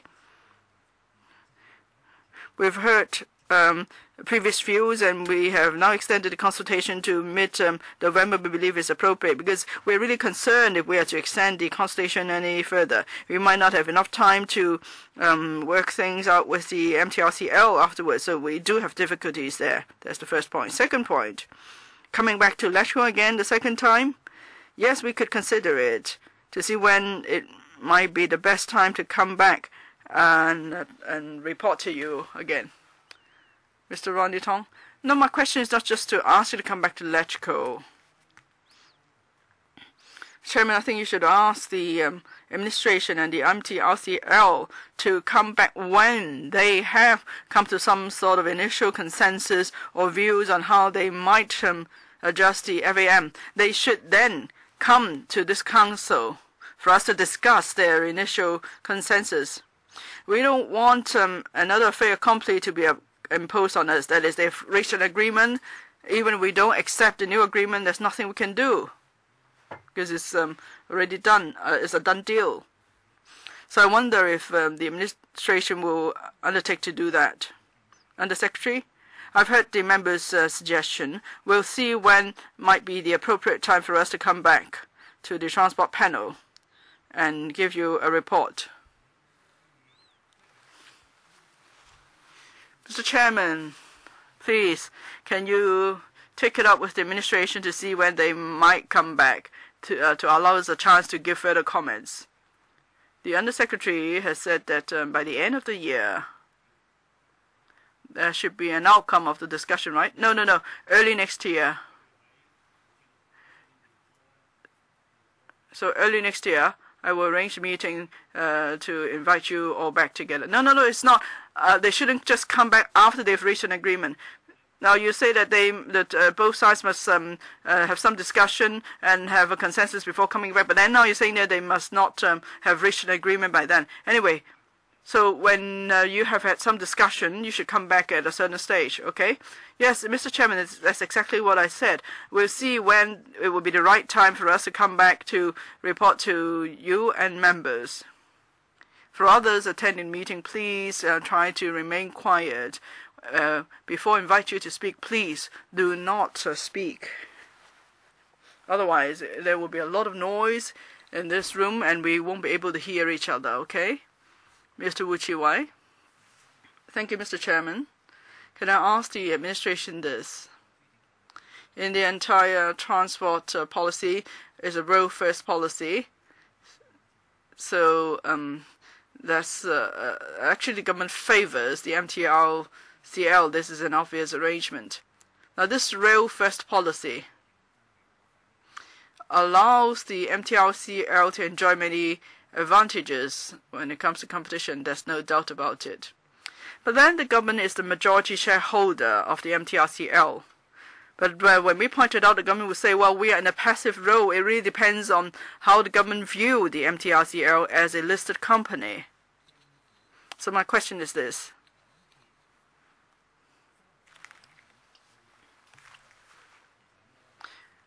What exactly is the government role where the MTRCL is concerned? What is your view? That's the first point. Secondly, the government has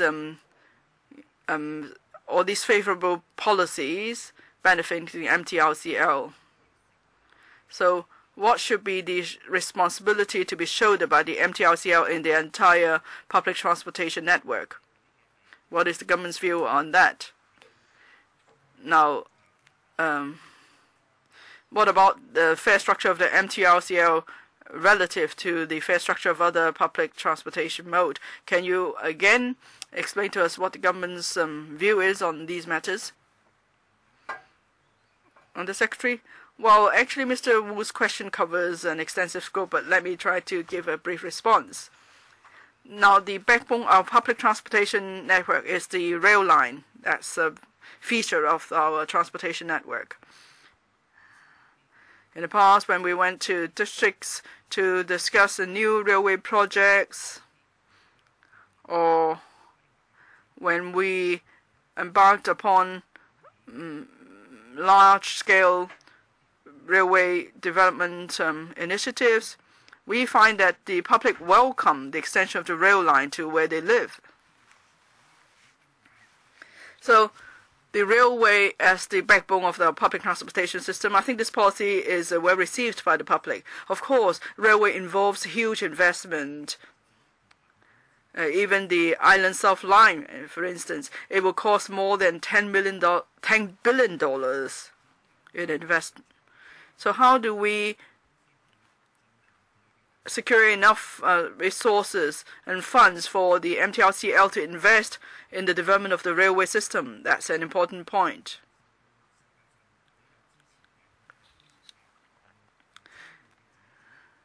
Now, property plus rail investment model. This is rather popular around the world.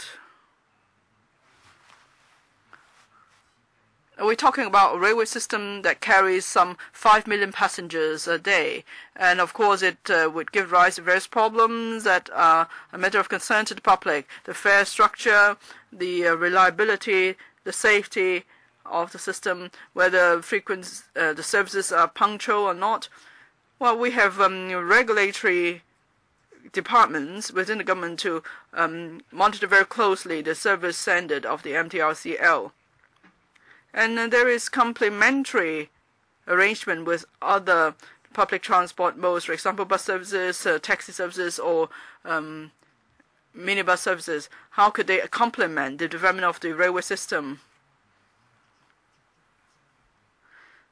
So we want to make sure that happens. I can give you an example. Like when there is a new rail line to a particular destination, for the original public transport services, there will be rearrangement. This is to complement the commissioning of the new railway system. So it's about complementing the railway system with other modes of public transport. So the Undersecretary has made this clear, Mr. Chairman. The government has invested heavily in the railway system, and that's public money. But when it comes to monitoring, the government may just monitor certain aspects of the rail service, but it doesn't try to balance public interest in its capacity as the majority shareholder of the MTRCL. So my question is, how does the government view its role as the major shareholder of MTRCL? Undersecretary, perhaps there are two aspects to that. First, in terms of operation, we monitor in two respects. Please try to be brief, Mr. Undersecretary. One is to do with safety of the service. The other has to do with the quality of service. So that's where monitoring goes. As the majority shareholder of MTRCL, well, we know the public concern is about the fare level. But then when there was a merger, it was agreed that there would be an automatic formula for adjustment of fare. This is to reduce it's a direct drawing formula, and because we want to make sure that there are no artificial elements interfering with the fare adjustment mechanism. We want the fare mechanism to be objective and transparent. Now, we've been operating this mechanism for a few years, and we see room for improvement. Definitely, we could initiate review. Thank you. Mr. Chen Ka-piu, I want to thank all the deputations for giving your opinions to us. I think there are a lot of questions about how the government is collating these opinions and their procedures in terms of discussing with the MTRCL. Some strong opinions that I hear is that I know that because the MTRCL has been developing properties because they need a lot of capital for developing rail lines. In terms of the fare adjustment mechanism has been criticized is because that they do not take into account these non-railway revenues. They don't account for this, and I don't hear any opposing voices from this. That is, when you have to review the FAM, and some deputations hope that the revenue from the MTRCL's property revenue should be added into the formula for fare adjustment. So when we're criticizing the government because they're not being clearly explaining the policies, I want to ask is that, so when you're reviewing, with MTRCL, how will you listen to the opinions? Will you tell us what opinions have you heard? Will there be any policies that will be adjusted based on these opinions? Because some says that we should purchase MTRCL. So how much money will this involve? Or, for example, if it's about, in terms of property revenues, how will that be accounted for in the formula? You need to have this data to be organized before you discuss with MTRCL. Of course, I agree, as some has said, that we should extend the consultation period. But how to conduct the consultation and how to give us more concrete information to discuss, that is the most important thing. I've been district councillor for 12 years. A lot of times when we have government officials come, they can't answer our questions. A lot of times they said that we will use the existing procedure to conduct our business, and then a lot of times we ask this, yes, of course you can be a secretary, but based on the way you answer. So now I hear from the undersecretary, yes, that is the exact way you answer. I will do the appropriate thing in the right time. So I want to ask, what is appropriate? If the passengers is in millions every day, and the government is giving them subsidies from taxpayers' money, so the consultation must be comprehensive. A few years ago, there was a discussion about legalizing gambling on sports. So I think there are like 54 consultations. So it seems that if you want to, and like there was a slip of the tongue earlier that said that you will bear fare increase, and so there's even a greater need for listening to people's opinion, to citizens' opinions. So there's a great societal consensus that the present mechanism needs to be reviewed. Undersecretary, can you very concretely answer us what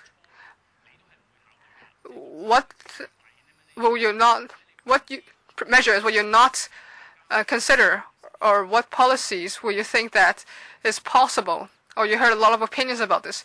Can you have more information about this? Thank you. Undersecretary. Thank you, Mr. Fan. Mr. Gary Fan. So I think we are having consultations right now, and we are listening to opinions from everyone.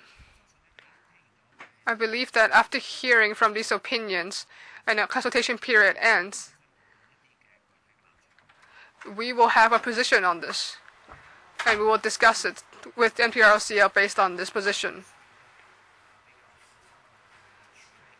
we think we should be careful in handling this.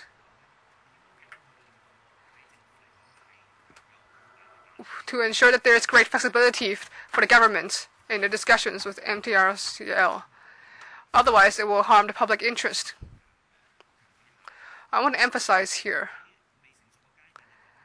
and before the time is right, it's not good for public interest if we disclose some information. So I want to say that in the correct time, when we are willing to come back to the LegCo to respond to members. Mr. Frankie Yek, thank you. I want to talk about the position. I think that MTRCL should have a reasonable amount of profits so they can improve their services, maintenance, etc. But what is reasonable? That is hard to define. Some members have stated in this new review mechanism, the government does not need to come back for approval from the LegCo. Is that correct, Chairman? Normally, when they set, then they will come back and discuss us. But do they need our approval? No. As Mr. Ronnie Tong has said, when the government and the MTRLC has a preliminary consensus, you should come back and respond to us. But can we push this forward?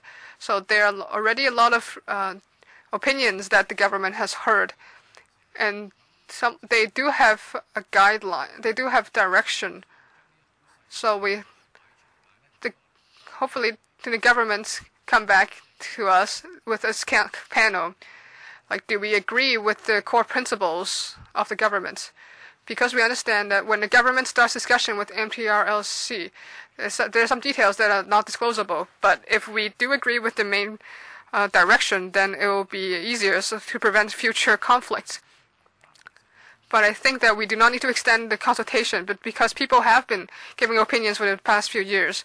So are there anything preliminary the government has to disclose for discussion with us?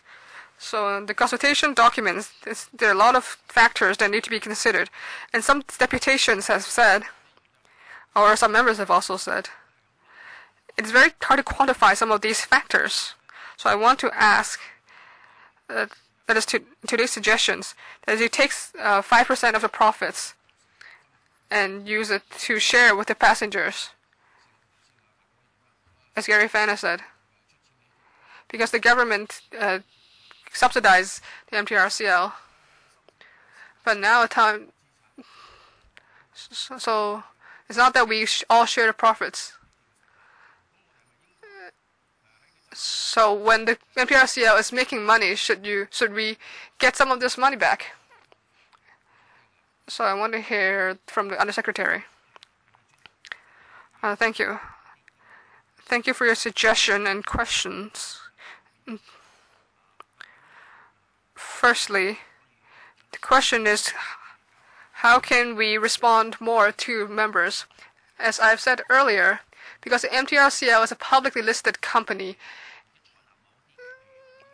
so if we do adopt some of the policies suggested by the members or deputations, it may have effects on the share price. So I think we have to treat this very carefully. So if we disclose information at an appropriate time, it will not be in the public interest. So what we said earlier, that at the right time, we will respond to members.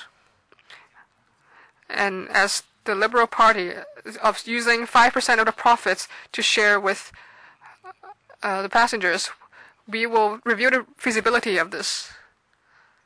Another thing is, after consultation, what is the conclusion? Do you have to come back to discuss? I'm saying that if the government has a concept of how to discuss with MTRCL, can you come back and tell us about your the general direction? Of course, you may not have to tell us about the details, but just in terms of the general direction, or how do you intend to discuss this? So I think we are interested in knowing this. So you've heard this opinion, right, Mr. Yao? Yes, I have. Next, Mr. Chung Shu-kun. Thank you to all the deputations for giving your opinions. And there is a consensus that the MTRCL is squeezing the citizens. A lot of grassroots citizens have a lot of burden in terms of transportation, especially for those living in faraway areas, and has caused great suffering. I would hope that and then the Secretary and Undersecretary is saying that MTRCL is a publicly listed company. I think it's very funny.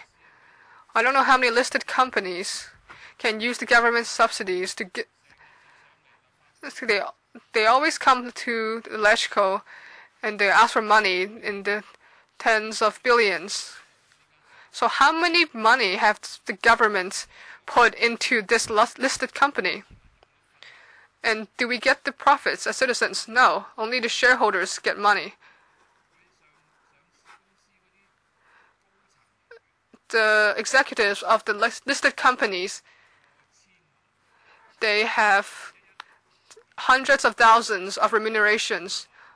Looking at the annual reports, there are 11 of these people who are receiving remunerations from hundreds of thousands of dollars. Some of them are floating rewards, which is linked to the performance of the company. So right now, those people who are in charge of MTRCL, those people who the government will have discussions with,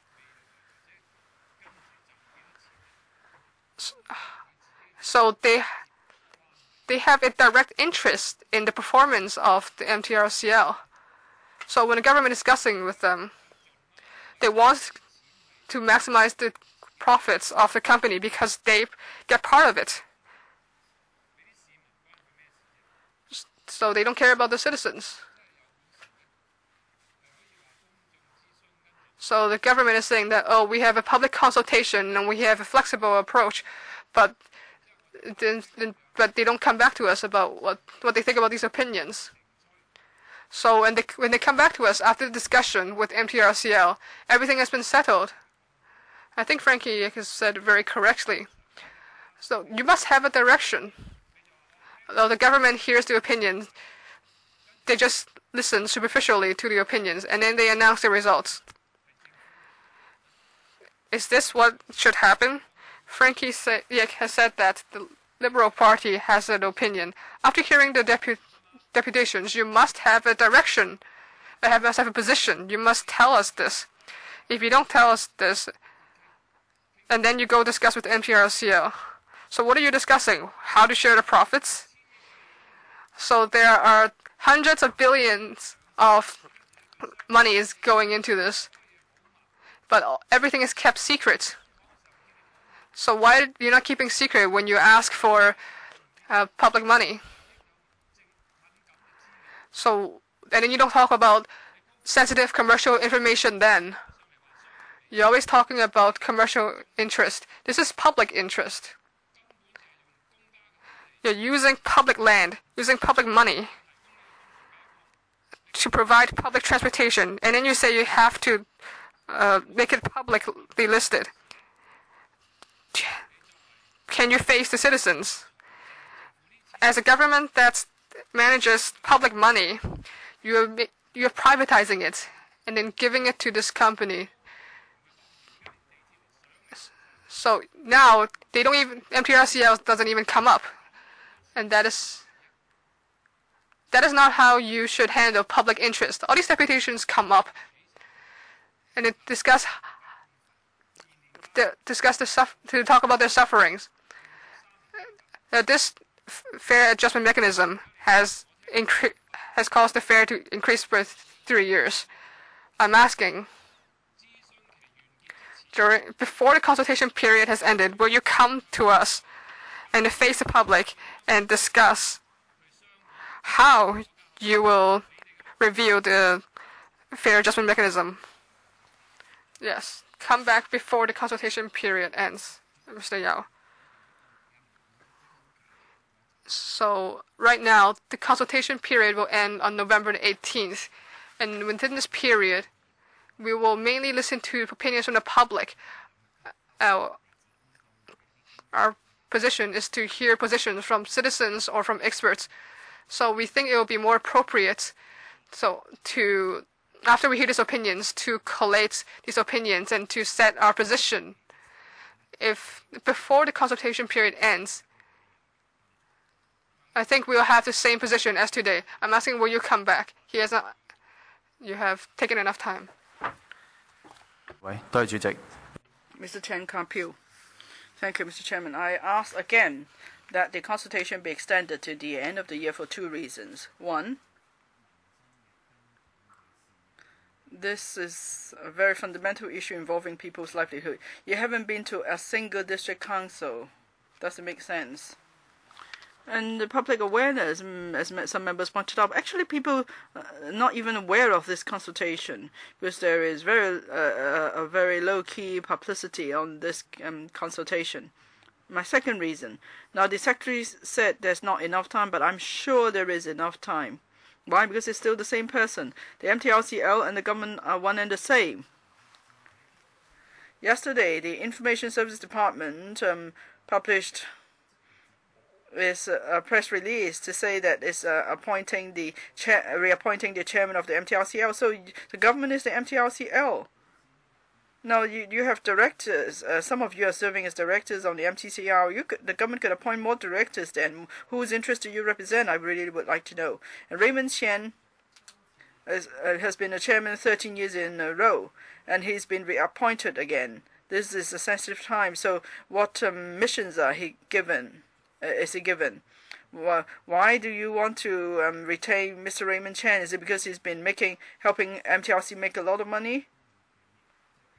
And for other wholly privately owned public utilities like the two power companies or the bus companies, the EXCO has the power. It could act as the gatekeeper, but the MTRCL, which is owned by the government, the EXCO does not play any role as gatekeeper. How come you're dealing with the MTRC this way? Under Secretary, we heard Mr. Tang's proposal to extend the consultation period. We've explained where our difficulties lie. Actually, we did go to district councils to explain the case, and we've already made arrangements to visit the remaining district councils. So consultation is only at the electrical level. We're doing also consultation at the district level, and through our network we are collecting views from the public. Apart from the public hearing today, there are other channels for us to collect views. In terms of the time frame, it's tight, because here it involves a rather complex negotiation or discussion with the MTRCL. So if we extend the consultation, it will make things really difficult, and at the end we may not be able to do a proper job in our discussion with the MTRCL. Mr. Tang asked about the appointment of Mr. Raymond Chen.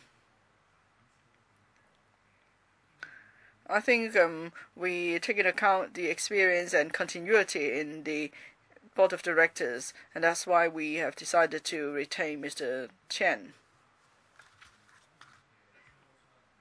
Now, in your discussion with the MTRCL, you keep emphasizing the MTRCL is a negotiating partner, but we don't believe that because you actually called us short.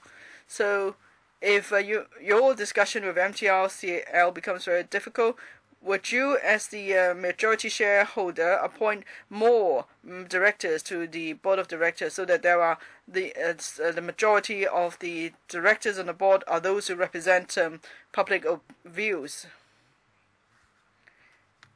In the article of association and memorandum of the MTRCL, apart from the power for the Financial Secretary Incorporated to appoint the chairman of the MTRCL, other members of the board are the Secretary for Transport and Housing, Secretary for Development, and one other secretaries.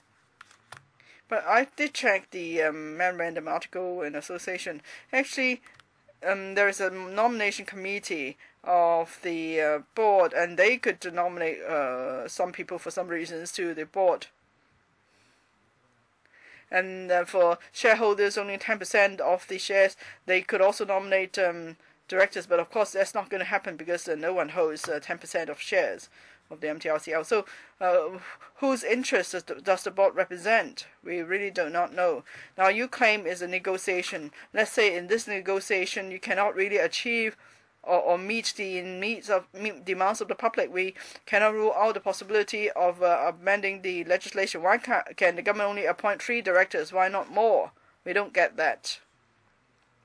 Now even the Liberal Party or those from the business sector are saying that there are too many MTR stations and that will affect our competitiveness. So I think there's already a consensus. So you, as a member of the board, would you represent us? Mr. Tang, I think you've used up your time. Next, Mr. Gary Chen. Thank you, Mr. Chairman. I'm grateful to all the deputations for coming here to give their views. The MTRCL does not attend the meeting this morning. I find that utterly disappointing. Next time, when the administration comes back to this council on the fair adjustment mechanism, the MTRCL must attend the meeting. They must explain to us their views and position.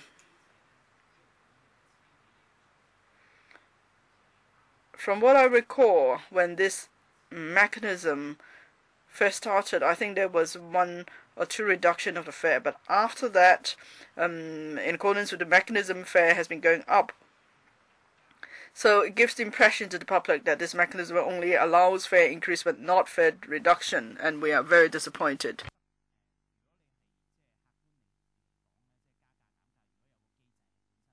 Now, it's good to have an objective mechanism for fare increase or decrease, but if the system or the mechanism is too rigid, then it won't be good, although it may be well-intentioned. So I wonder if you will allow some flexibility in the formula in future, Under Secretary. Maybe you could add an inflation element.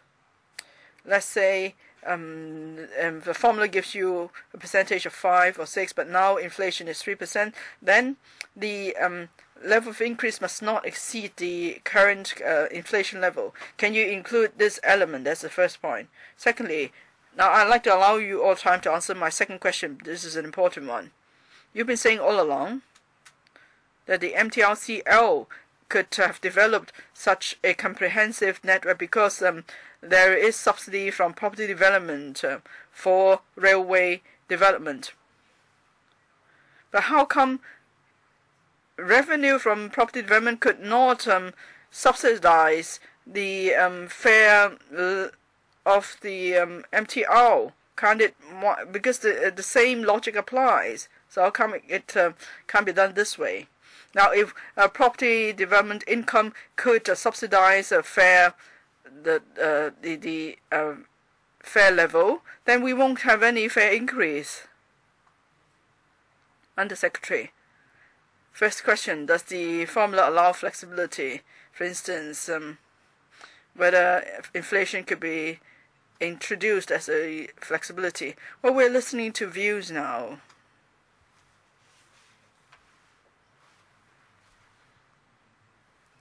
Some views have been expressed, even some of the deputations here have made the same point. That is, could we cap the increase? So we will consider such ideas, whether if they could be implemented and if they were in line with the operating position of the company and the demands of the public. That's the first point. Second point, now when a railway is built, immense funds are required, like the Kwun line, the South Island line, or the West Island line. All of these railway projects cost billions of dollars or even tens of billions of dollars. And where do we get the funds from? One model is that when we have worked out how much funds are required, the administration could give a piece of land to the MTRCL, and all revenue to be generated from that piece of land would be used as the capital for investment into the rail line to be constructed. So in the calculation, of the profit from the property development, they were taking into account the need for the investment. And when they do the calculation, it's based on the current fair level in working out the revenue in future. So if there is no property development as a source of funding,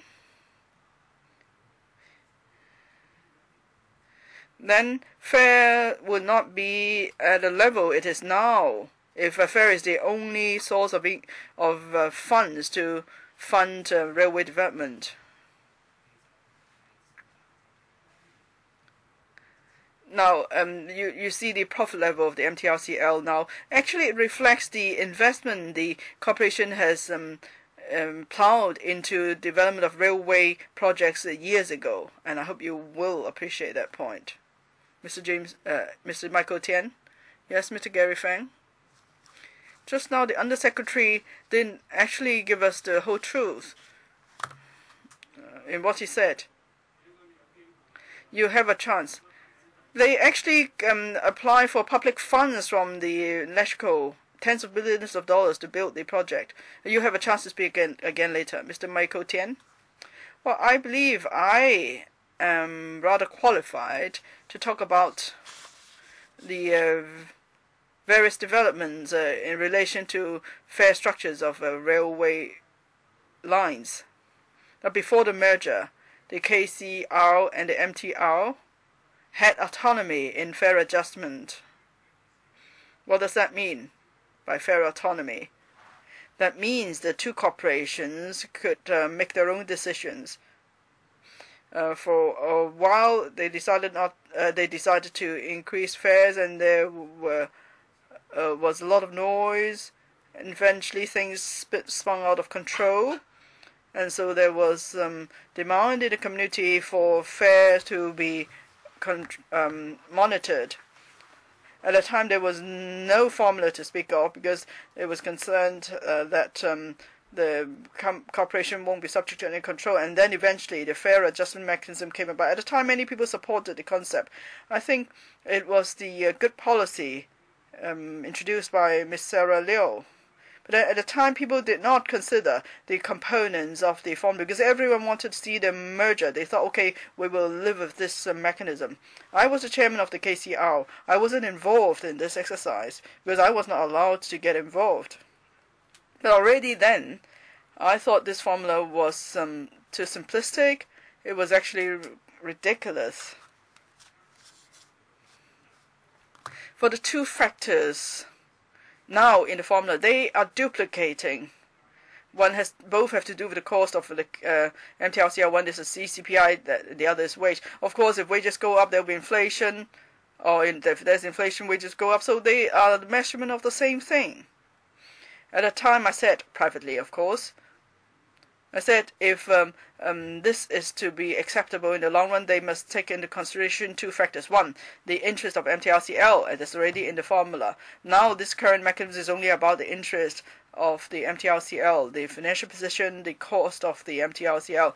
The other factor is the interest of the public, that is affordability, the service performance, whether there is any delay to its service. So these are all the issues we brought up now. At the time, the government said, apart from the cost factor and the affordability factor, the other factors are hard to be quantified. In other words, if you want to quantify the financial position, the performance, and delay, how many delays of more than 10 minutes should be allowed in a year, or maybe in one case is major delay of 4 hours. So there are many different scenarios. And it's found that if all these factors are to be included in the formula, we could be talking about a year and still there'll be no consensus in the community. Because with service performance alone, that would drag on the discussion. Well, quantification could be in the form of affordability. That's easy. That is, you take the median wage of the grassroots sector and then deduct from it the change in the CPI. That's all. But I think the difficult part is how much weighting do you give it? Cost, is it one part, and affordability is it one part too? Because some may say that affordability should be 4 parts and cost 1 part.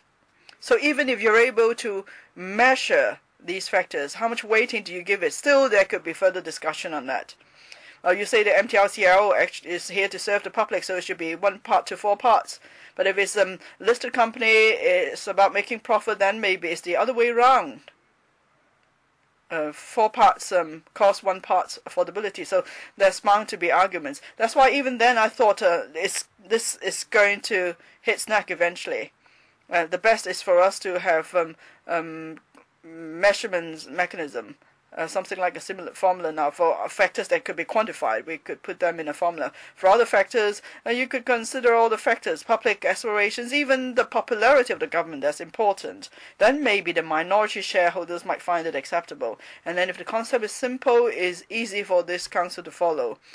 No mechanism? Well, let's not do that. Otherwise, we'll be turning the clock back. And if then, if you say affairs can't go up every year, there will be court cases by minority shareholders. You might as well buy back the whole company. Have I used up my time? Yes. Thank you for sharing your precious experience and your views. 3 other members would like to speak for the second time. I also have to deal with Mr. Tan Ka-bill's and motion seconded by Mr. Wong Kwok Heng. So therefore, I will extend the meeting by 15 minutes. For the 3 members to speak in the second round, they will have 2 minutes each. And so that will give me a bit of time to deal with the motion.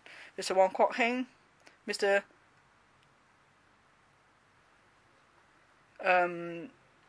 Dr. Fernando Cheung, Mr. Michael Tian. Mr. Wong Kwok Heng, well, the Undersecretary hasn't answered me. What is the difficulty? Now, if we extend it from the 18th of November to the end of the year, then we have another month. Why is not possible? And the MTRCL is not here to listen to views. So there are a lot of inadequacies in your consultation. Please answer my question. Undersecretary? Of course, actually, Mr. Michael Tian has already covered some of the reasons for some of the factors. According to his experience, it may take a year to debate certain factors and their weighting. But if I could come back. Now, we need to discuss with the MTRCL as we review the mechanism. And we need to go into details on many aspects of the mechanism. We need the help of experts before we could come up with something that's acceptable to the public and the shareholders of the MTRCL, including the minority shareholders of the MTRCL. So that's why we need sufficient time. It's not, a simple discussion as such.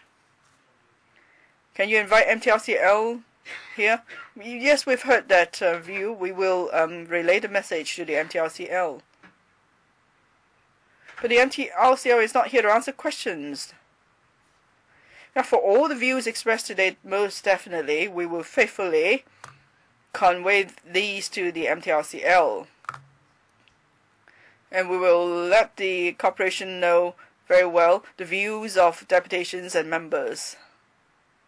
No, that doesn't make sense. If you just tell them, it's one thing, but here we want MTRCL to come and answer our questions. How can you shield the MTRCL here? It's not right. I don't think he completely answered the question. In terms of the government subsidizing the MTRCL to develop properties, but then they have a lot of profits and don't benefit the citizens. But of course, they do come to our panels and then ask for a lot of money. For example, to build new rail lines. That is all taxpayers' monies, and you don't account for it.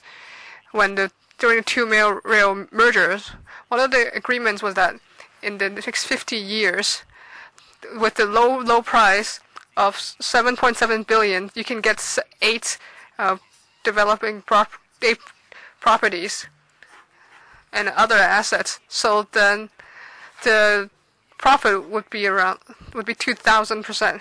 2,200 billion.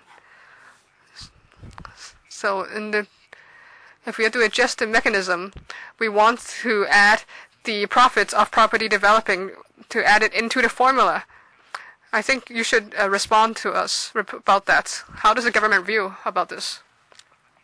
As Mr. Fan has said, he is correct in terms of the government subsidies. There are different ways that we can subsidize the MTRCL. Land is one mode. Another one would be West Island Line is passed by the government. Yes, that is correct. That is what has happened. What I can explain is that MTRCL's property subsidy, property revenue, I will explain what happens with that. I hear a lot of opinions that should we add the revenue into the formula. So we do hear this. If we do need to consider this, how should we add it into the formula? I just want to explain the previous thoughts. I want to share this. Mr. Chung Shu-kun, we see that the government has no position. They're saying that right now it's consultation period. We'll hear opinions. And if we suggest that we put the revenue in property developing revenue into the formula, you say, oh, we'll listen to this and others, and then we'll close the doors and discuss with the MTRCL. But the MTRCL doesn't even come up, and the government has shielded all the suggestions and questions for them. So MTR is a very important public transportation. It may be the biggest company in all of Asia or even the world. They have already monopolized the transportation market in Hong Kong, but they don't have to face the public. They don't need to come to the meetings of LegCo. And the government is just simply completely open about everything and then has no position and discuss behind closed doors. Is that how we should conduct policy on public transportation? The government needs to answer clearly. What is your position? What are your views on the fair adjustment mechanism? You cannot be a blank paper. If you are a piece of blank paper, please go home. We don't need such officials. Yes. Yeah. Can you let him answer? Please answer clearly. Chairman. Perhaps I should say again, in the past 2 or 3 years, when we are handling fare adjustments, we do hear opinions as to the direct drive formula to adjust the fares. There were a lot of opinions about this, and there were a lot of complaints. And now, since it is time to come for a review for this mechanism, we think it is an appropriate time to review this. And we think this formula has room for improvement. So we think that, as heard from the citizens, we should have a more objective and more transparent mechanism, because it will be good for the citizens and also for other companies.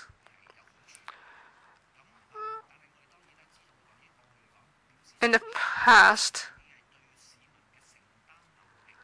we know that the affordability as well, and there are opinions about the affordability as well as the profit margins of this MTRCL. And we want to hear all the opinions of everyone first, and then in specific response to several issues, that is public affordability, service quality, as well as the profit level of the MTRCL. These are the things that we hope can be reflected in the future mechanism. So that is our starting point right now. Thank you. Mr. Michael Tian, as MTRCL has not come today, I think they're not very smart in doing this. Of course, whether that'll impact the opinion, I don't think so. I think the most important thing, if you want to set a new system, and then have to take into account all those factors and also to quantify them, I think there needs to be a time for the public to accept this, and then there's a societal consensus. Okay, so as undersecretary, you do hear that some people say that there should be no mechanism, and some people say that this factor is more important, and the others say others are. So if you have a new mechanism, and if you come here, if you have a very rigid mechanism, and then it's accepted, no, I think that would be a very rigid mechanism. It would be a big problem. I've always discussed that how should different factors be weighted, such as affordability and profit margins of MTRCL. I think you need to have at least half a year of consultation period to discuss each formula proposal. So if you want to have societal consensus, you should have approval from the panel. You should have some sort of minimal standard. I think minority shareholders can also accept this because they can better calculate their own positions. So I think I suggest to the Undersecretary to consider this. If you do want to implement this, different actions with different consequences. Thank you. So all the members have expressed their opinions, and I want to represent DAB and speak a few words. I think MTRCL is a listed company, but that cannot mean that they will not consider the citizens' concerns in terms of their fares as well as their affordability. Very importantly, besides the mechanism, the company receives subsidy from the government, such as in terms of property developing. It's caused them so they face a lot of pressure in terms of operating, but not fares. But the citizens are very concerned about this. So I think we should consider, when the government is subsidizing its property development, some of the revenues generated should, when there is a fair adjustment, that money should go to alleviate severe effects. We hope that will be improvement. And how big is the area for improvement? I hope that we can all give more suggestions about how to review the mechanism. So I think all the suggestions here are very good, and I hope the Undersecretary can consider this. Now I want to handle the motion by Mr. Hon Christopher and Mr. Tung Ka-biu. I will not ask the Secretary to talk about this. Yes, thank you. The contents of the motion is already on the desks of the different members, and I read this. In light of the absence of extensive consultation on the fair adjustment mechanism of the MTRCL, this panel urges administration to extend the consultation to the end of 2012. And the person who moved the motion is Mr. Tung Ka-biu, and the seconder is Mr. Hon Christopher. That is the end of year. And then some colleagues, and during the period, has given some suggestions. Some approve, some disapprove. I will not hold a long debate about this because of time. So let's have a vote. Those who agree, please raise your hand.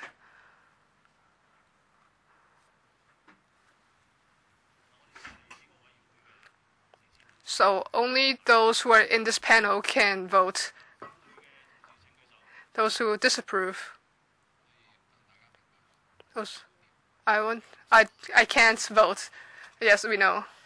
Yes, the public deputations don't know. A vote of nay. No one. Okay. So 8 support, no one in contrary. We pass this motion, and we hope that the government will hear our opinion. So even though it's not legally binding, we hope the government will respect the Legislature's opinion on this matter. So the meeting will end today. Thank you. Thank you.